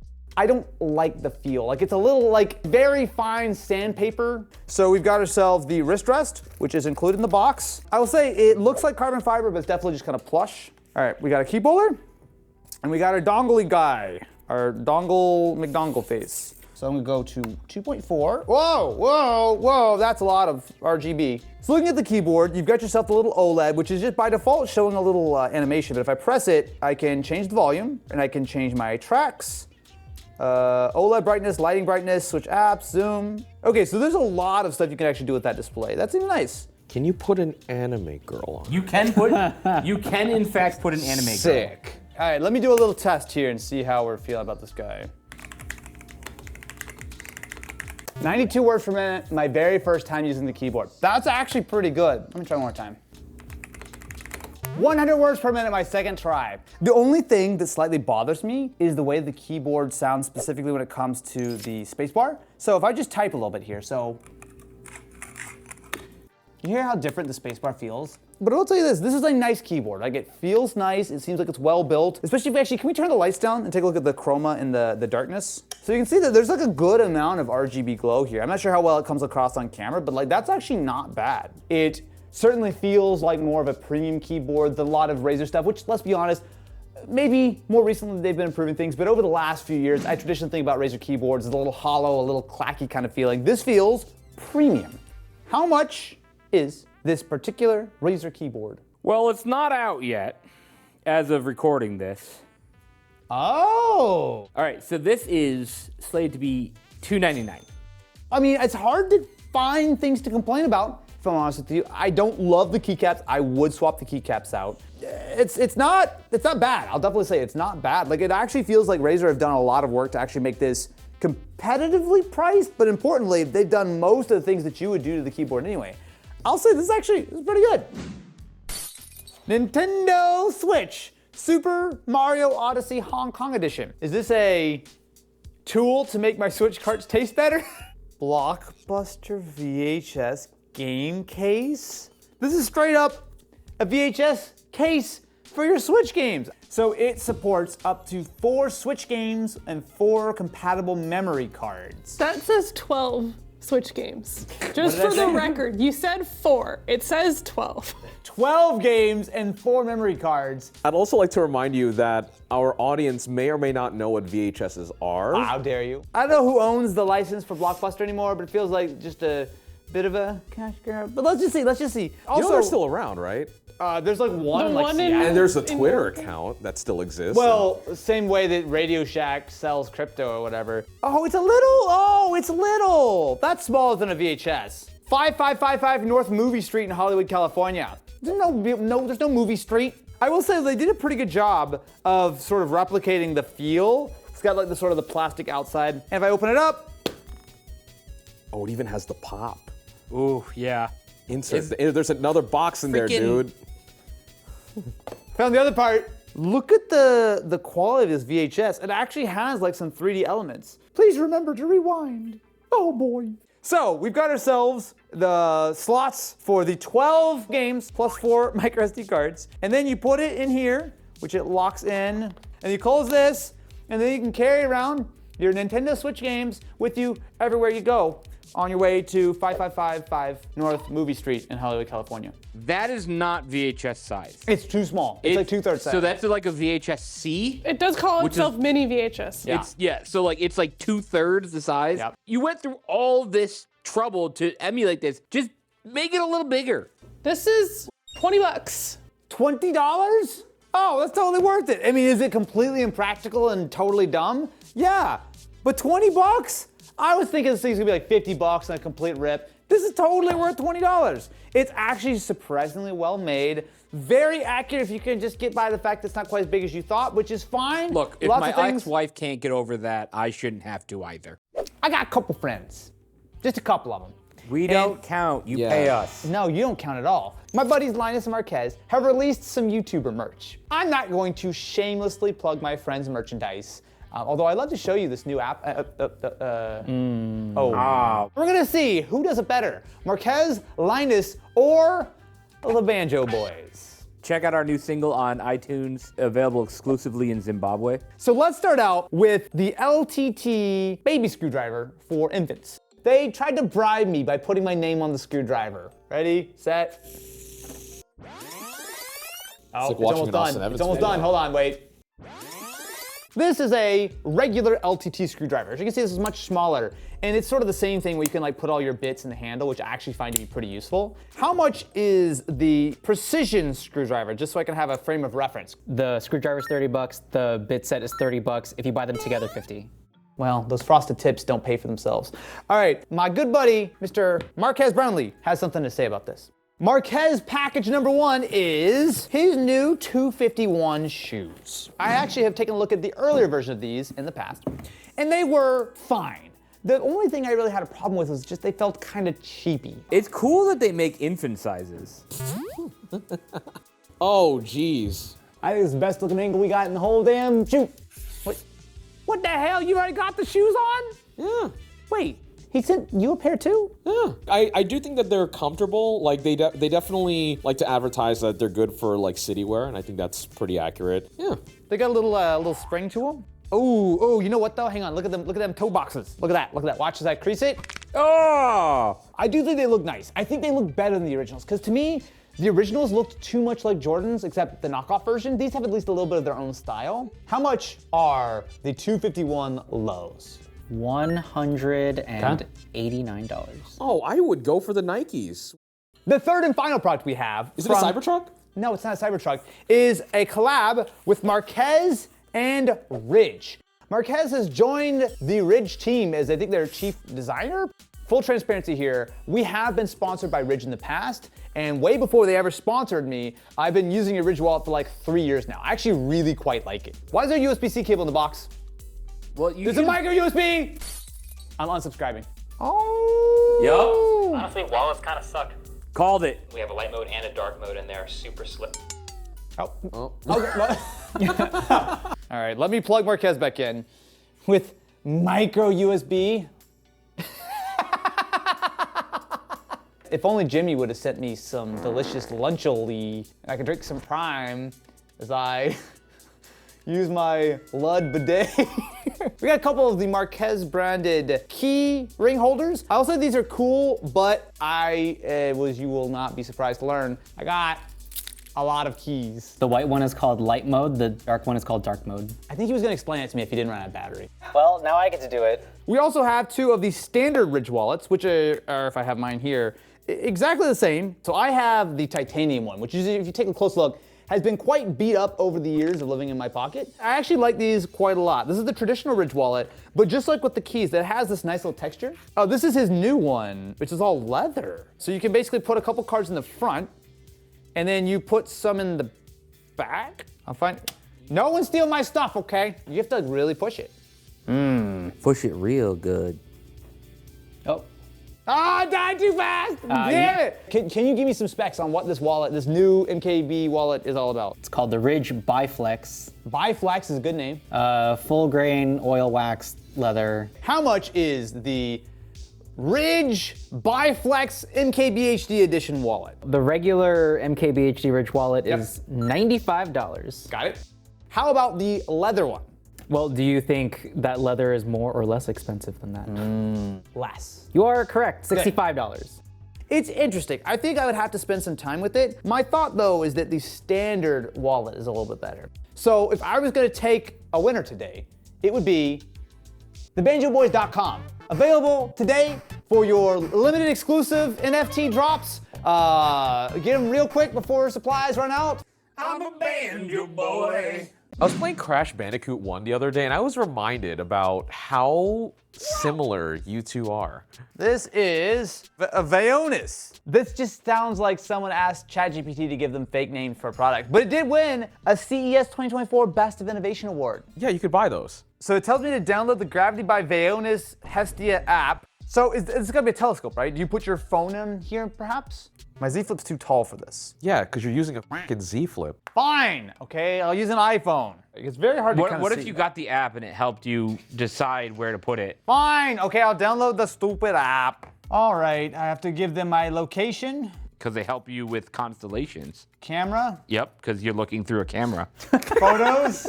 You're taking the photos. Why would it need access to all my photos? So it can draw the constellation of your photos.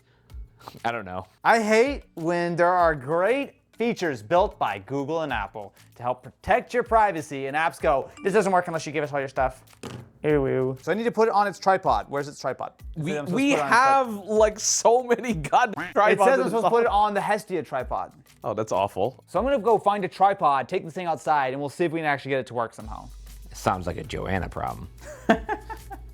I put my phone in it, so if you pick it up, you can see that this little lens right here attaches to the actual front. So I'm sure it's a series of mirrors and whatnot inside. And then to actually line your phone up, you just put it in this little like guide.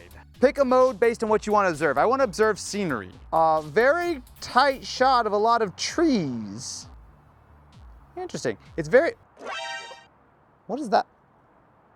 All right, we'll talk about that. Let's see here, I want to change the mode. So I want to do sun. Oh, you're supposed to install a sun filter. I think for the best effect, you kind of need to use this at night. It does work during the daytime, and it is really zoomed in. Like I'm zooming in on the top of that tree all the way up there, and you see it looks pretty good. Plane, where's the plane? Oh, I found him, I saw him for a second. I'll be right back, my friends, once I've waited until the sun is set and my ambitions for being a creep have been fully, I have spent some time with the Vaonis Hestia iPhone telescope. We took it outside, we tried to use it just to look in like normal daytime, and it is very blurry, right? Even when you would go into the app and adjust the focus and whatnot. So I'm like, okay, well, let me try this. Let me try it at night. The best thing I got was this beautiful photo of a moon. So here's what I'm doing, right? I'm in the middle of the night, I got my telescope out, I got my phone on here, I've got my freaking flashlight pointing at the lens so I can see if there's anything on the actual sort of lens. I'm adjusting it ever so slightly just to get a blurry photo of the moon that's not even that close. The thing is that I've had better results actually just holding up my phone 100%. to like a binocular. How much was this absolute nonsense? The MSRP for it right now is $250, but through Matt's ingenuity, we got it really early through Kickstarter. Sick. For $150.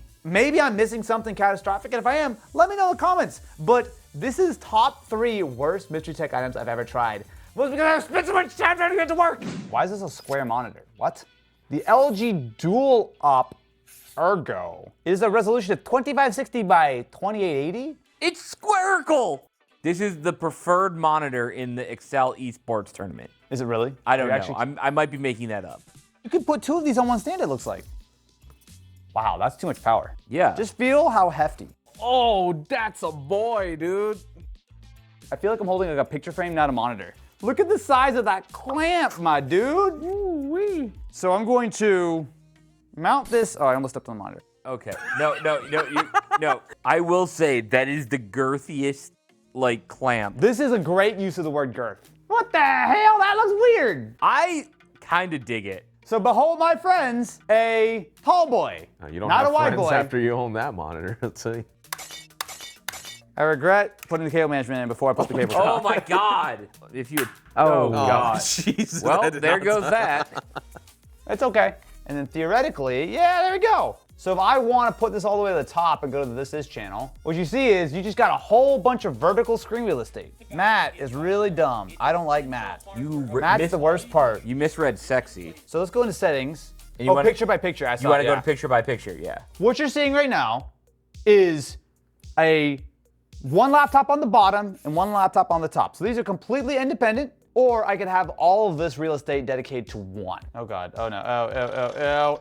You could almost do it like quad view or like a third view. Yeah, so I could be watching a Denki video on one side of the monitor, and then I could watch a This Is video on the other side. Whoa! This is a very cool monitor. I like the stand that it comes on, especially because you could add a second one of these to it, apparently. If you did any business, how much does this particular LG monitor cost? Because it's gonna be a premium over just buying some generic 1440p monitor, Yes. right? It retailed for $700. In 2022? Yes. Okay, and now it costs... Well, we paid the $700. But if, you're one of our audience members and you're seeing this for the first time, and for whatever reason you think that this is really neat, you could buy it for $550 on Amazon or something.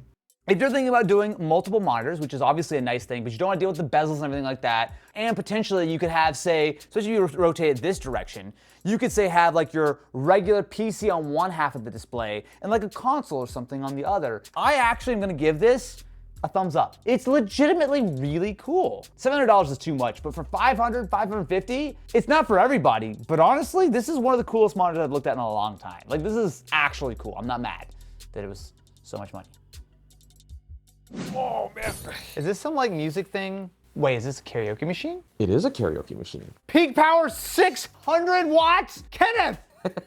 Is this because you did that karaoke video? Yes. Is this a shameless bit of promotion for your karaoke video? Yes. So this is the Icaro Break X2. It is a 10-inch Android tablet. I karaoke more than anyone in this room. Okay, no, that's a lie. Ken, when everyone else goes home, do you just sit around the office just using... Yeah, because I can't do it at home in my apartment. I'm blasting the Mariah Carey all day. Well, you do it in the shower, though. The shower, that's not real karaoke. Yeah, that's You do it Oh, in the shower. but I belt it. So we got ourselves 2 microphones. They're Bluetooth with an ultra-sensitive connection. I mean, ultra-sensitive Bluetooth connection. How are we gonna show this without getting copyrighted to the Stone Ages? Brother! Yo. That is a box of fun right there. I got all kinds of ports on the back, including HDMI, USB. There's a screen on the top.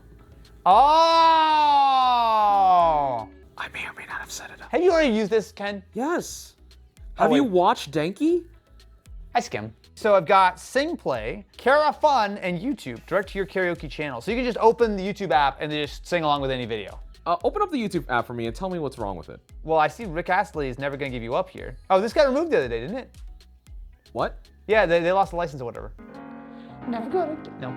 You can use like their built-in karaoke service. Yeah. But realistically, most people just probably look up stuff on YouTube. This is the new karaoke mic, friends. Wait, super? Whoa. Super? Super good? Professional. Oh, whoa. Oh, hello. How about monster? Wow, you sound like math. Cartoon. Hey, it's me. Oh, this is my regular voice. What the heck? Come on down. Yeah! We'll always love you!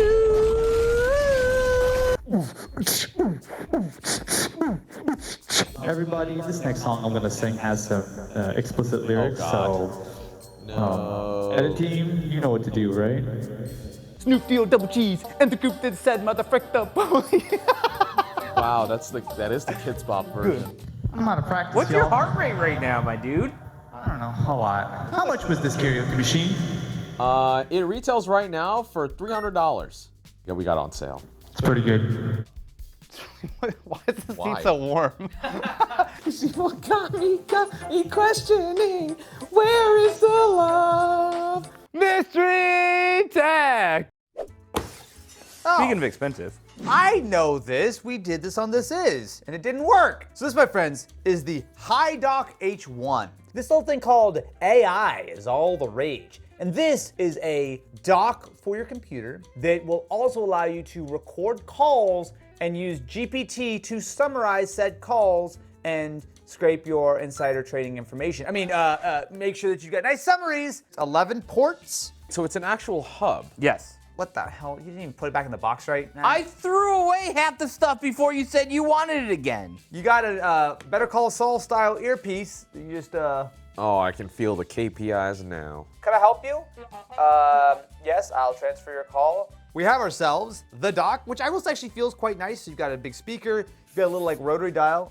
And then the way that it's supposed to work is that your little earpiece guy magnetically attaches to the side, and theoretically it will just transfer the call over. And then around the back, we actually have a lot of ports. You've got an additional card reader and one more USB port that's meant for charging, as well as a Bluetooth button. So like enough stuff that if you're just looking for a dock that also has like a speaker, like this is cool. Now, if I remember right, it uses a web app. You don't actually install anything, you use the web app. So I'm on the HiDock website. I can tell you how much it is. $279, powered by GPT-4o, 100% auto. So record, transcribe, and summary. How do I make this thing do something?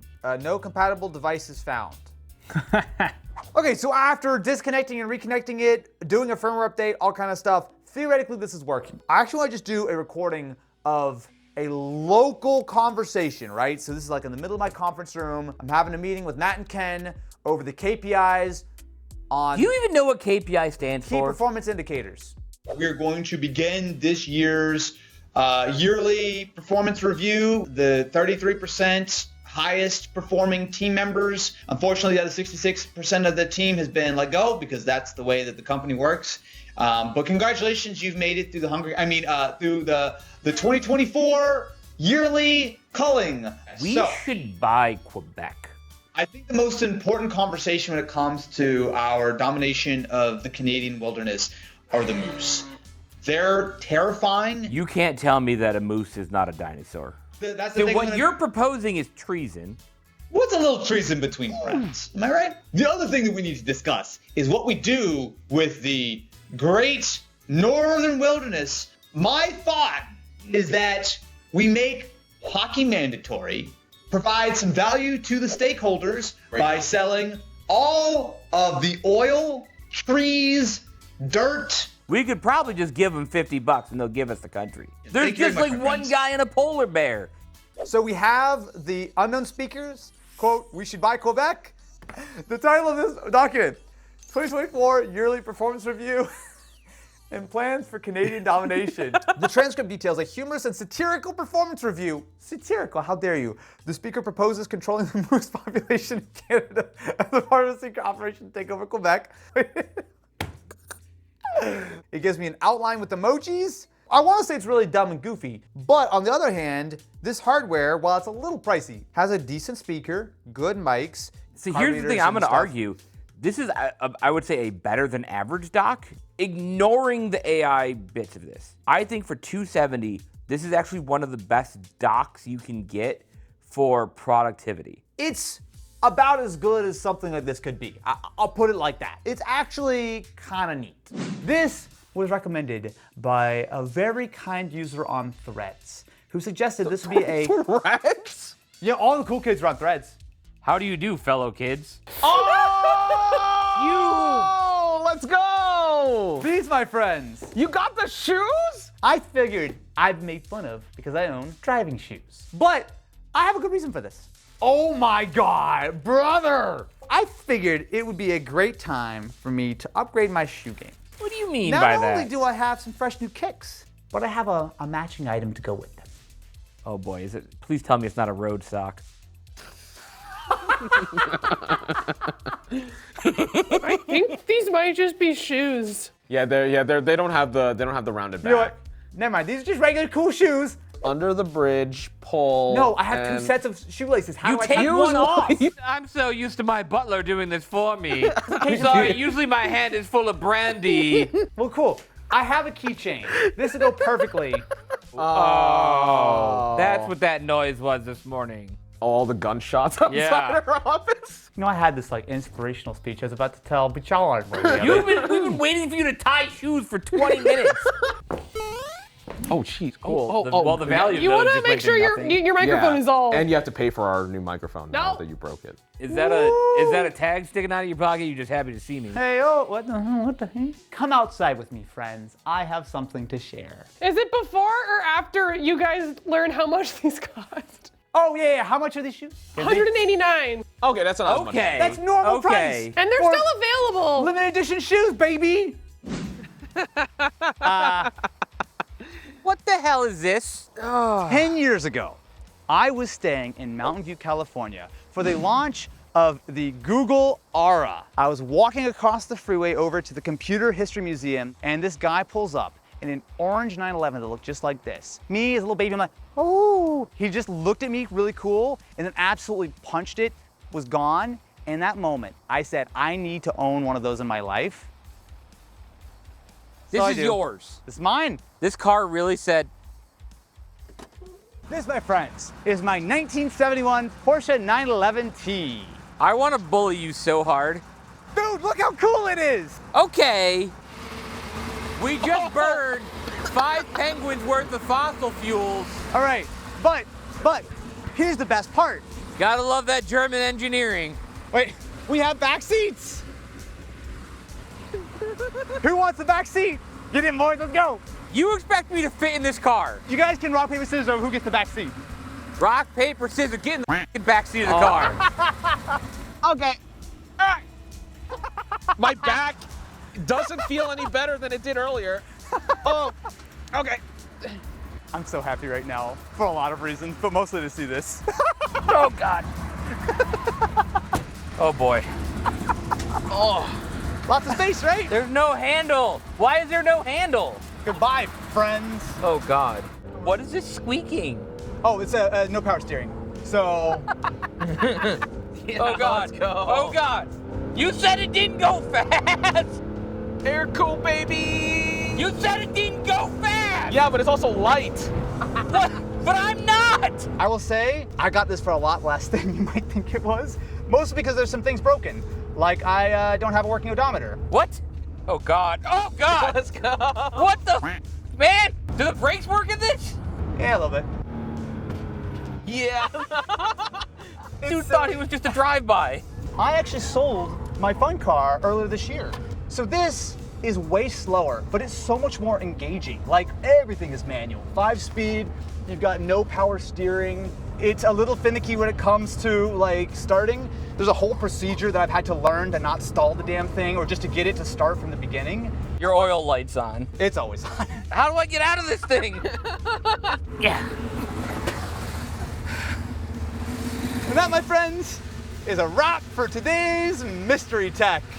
It's tech, right? Yeah. Perfect. This is October 18th Mystery Tech, take 2.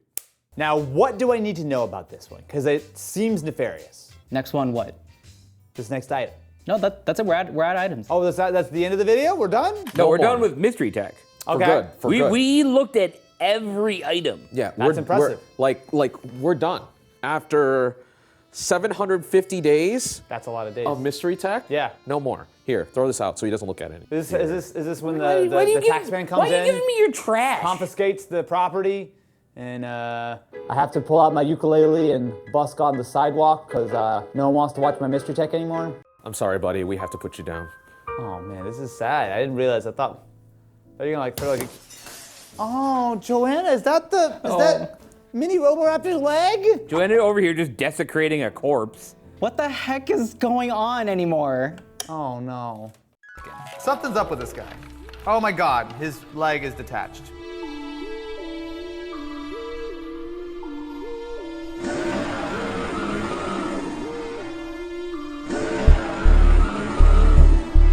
What is... Oh my god! Oh my god! No! No! Roboraptors, come back! Roboraptor, no! No! No! No! Please no! He's reclaiming what's his. Roboraptor!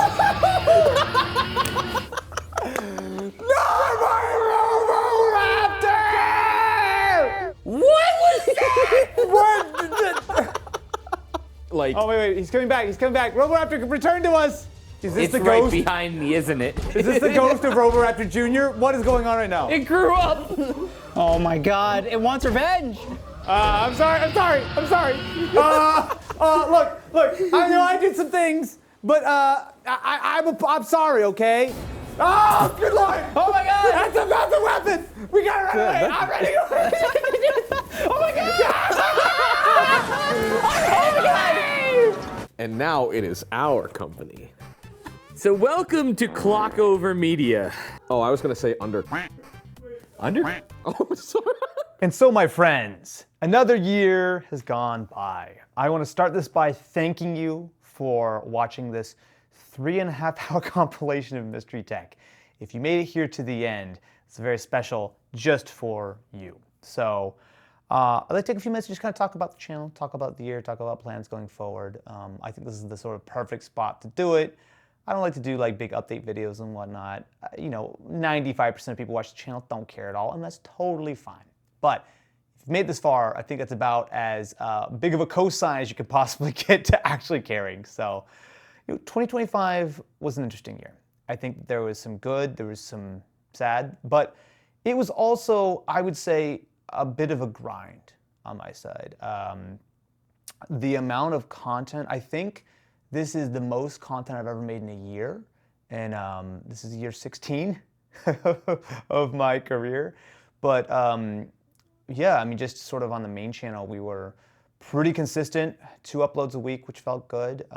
We really went hard on shorts this year, so we actually have a dedicated shorts producer now who's helping a lot with that. Previously, I was doing all the shorts myself. Then sort of on the This Is side, also 2 videos a week. So, for me personally, I'm shooting a lot of stuff these days. And it's good, don't get me wrong. I still enjoy what I do. I still absolutely love being here. I have no plans of going anywhere anytime soon. But also, there's definitely a part of me that feels a bit like I'm doing more work for less, I want to say reward, that's not really the right phrase, but I don't think it's a secret that it was not a great year on YouTube for many, many creators, ourselves included. I think views are down. I think there's really just more competition than ever. And I think that's one of the things that really kind of is the existential dread of being a creator is, we all have an expiration date of how long people want to watch our content. And, the channel is going to be 17 years old in April. There are 10, 20,000 people who unsubscribe, really close their accounts on this channel every month, right? If I don't lift a finger, don't touch a thing, then the channel will lose 15, 20, 25,000 subscribers every month. That's a big number. And that's just people who are just inactive and choose to unsubscribe. There's a ton of people who just, watched the channel last year and dip in for 1 or 2 videos a year, just stop watching altogether. So I think I feel that pretty acutely, that it's a challenge to sort of keep people engaged in watching. One of the primary complaints that I've seen across the year, and it's something I would agree with, is the staleness of the content. I mean, super honest with you, I feel it. I guess not to defend things, because I don't think that that's really my plan, but it's hard to come up with new ideas twice a week, 52 weeks a year, right? It's not easy, and I think that that's one of the things that we lean on, probably more than we should, is that sort of bread and butter content. The unboxings, is it a scam, mystery tech, and I still enjoy that kind of content, but also I foresee doing less of it in 2026. I will be honest with you, my mentality for being a creator has always been very fluid. I don't like really locking myself into labels, into hard and fast sort of formats as much as I can. I like to always be able to evolve, because I think that's what you need to do to survive for the long term. And so I don't go into each year with like a plan of like, we're gonna make 20 of these and 10 of these and 30 of these. It gets much more like sort of as ideas come and go and whatnot. But my general philosophy going into 2026 is to do more content like the SteamOS video, the problem with PlayStation, the end of Xbox, these kind of explainer videos. I don't even have like a better phrase for them, but almost like the video essays. Those have been some of the things that I've actually been really, really fulfilled by. I enjoy doing those videos. It brings me back to the kind of style of video, at least somewhat the style of video from the very beginning. Just to lift the curtain on those, I mean, those are very heavily scripted videos, and unlike almost everything else I do, which is completely unscripted, but those are the kind of videos where, we'll cook on those scripts for a while. And I don't love scripts all the time. I like to be more freeform and sort of flow like we're doing here, but there's definitely a time and a place, especially when it comes to like explaining like complicated, difficult to sort of wrap your head around subjects. And I really enjoyed making those videos, right? I mean, last year we did a massive project across the whole year where we covered every single generation of PlayStation and turned that into a megavid at the end of the year. And we learned a lot from that. That was actually a really, really fun project. And so I want to do more stuff like that this year. Now, that being said, it's difficult. Those videos take 2, maybe 3 times the work compared to a normal, Temu or whatever the case is. So I do want to be mindful that those are hard to do, not just idea-wise, but I mean, the amount of hours to go into research and writing. And I do think it's an important thing to do, because ultimately, coming back to sort of my point earlier about how many creators are down this year, I think a big part of that is just because there's so much competition, right? You can complain about algorithms and this and that, but look, I've been here for a minute. I've seen algorithms come and go. I've seen sort of channels rise and fall. I don't think that there's a nice, neat little answer to why someone loses their relevancy. I think it's really just, there's almost this kind of vibe. And once you sort of lose that vibe and people kind of are over you, it is so hard to bring someone back, right? You might be recognized and might go, oh, I know X channel. I'll watch you later. And you just don't, right? And I think that is a incredibly dangerous sort of spiral to get into. So that is one of my goals, is to try to avoid that. And I think for me, I want you, when you choose to spend time with me, by clicking on any videos that I ever make, I want you to come away with that with something positive. I want you to come away entertained. I want you to come away informed. I want you to come away from that experience thinking, pretty good, and more likely to come back and watch another video. Like that is the #1 goal. And I obviously have a less than 100% track record on that, but that should be the goal. And that is sort of my goal, is to try to continue to evolve and refresh the content. I don't have any dramatic proclamations. I do think we're probably going to throttle a little bit back on mystery tech. We usually do about 1 mystery tech a month. I think we might do slightly less than that in 2026. Mystery tech views have dipped in 2025.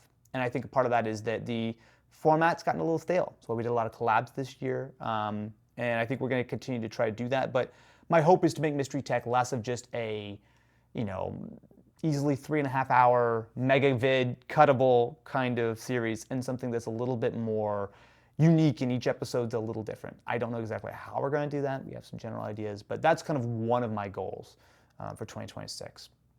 Other than that, it's more content, man. It's just on the grind. I think the important thing is just to sort of try to keep it fresh, to keep myself sane, and to make sure that you are hopefully enjoying what we're putting out. So that's the spiel about 2026. I do want to take just a minute. Again, assume if you've watched for 3.5 hours, you might give me a couple minutes to chat. I also want to just sort of give a special shout out to my buddy Lamar. Recently, if you missed that video, Lamar is no longer with us. I made a video a few hours after I found out, and you can feel free to watch that if you'd like. I'm glad I did that. It was very cathartic. It made me feel so much better. And oh my God, the amount of comments and just the outpouring of love. He would have never, ever appreciated the size of just the positive impact he put on the world. I just want to dedicate this megavid to him. Seems silly, I know, but Lamar was a huge inspiration for Mystery Tech. He taught me how to be funny and fearless in a way that I think that I did not understand before I had known him. And he's missed. I think he's missed by so many people who he had such a big impact for. So I'm gonna keep at it and keep doing what he would have wanted us all to do, right? I mean, we are incredibly lucky as creators to be able to do what we love every day. And I 1000% understand the feeling that you are on the hamster wheel and there's never an exit, and I understand that. But to any creators who are watching, that's kind of what it feels like to have a regular job too. A job is ultimately a job, right? Like, you can do the world's coolest thing, but ultimately I think the human mind needs fulfillment and needs things to be different and to be exciting and to be sort of happy about. And I think that that is no different when it comes to being a creator, and everyone has to go on the grind. And I'm lucky enough that when I'm on the grind here at 4:45 on a Sunday afternoon making a megavid before the end of the year, I at least get to enjoy what I do and to be incredibly grateful that you all allow me to do what I do and allow me to have an entire team of people who we all spend 40 hours a week or maybe a little bit more making content, making stuff that hopefully makes the world a little bit of a better place. So I'll leave it at that. Thank you deeply and sincerely for the support. Thank you for sitting through a very long amount of Mystery Tech for this year. Apologies if this is the thing that wakes you up. I know that maybe this is a great video to sleep to. And I know that last time I did one of these little things, everyone woke up at the end and was like, oh my God, Austin's talking to me. This is weird. But that's all. Have a Merry Christmas, a wonderful New Year. I guess it will be New Year by the time you watch this video. And thank you so much for watching. I will see y'all in 2026. And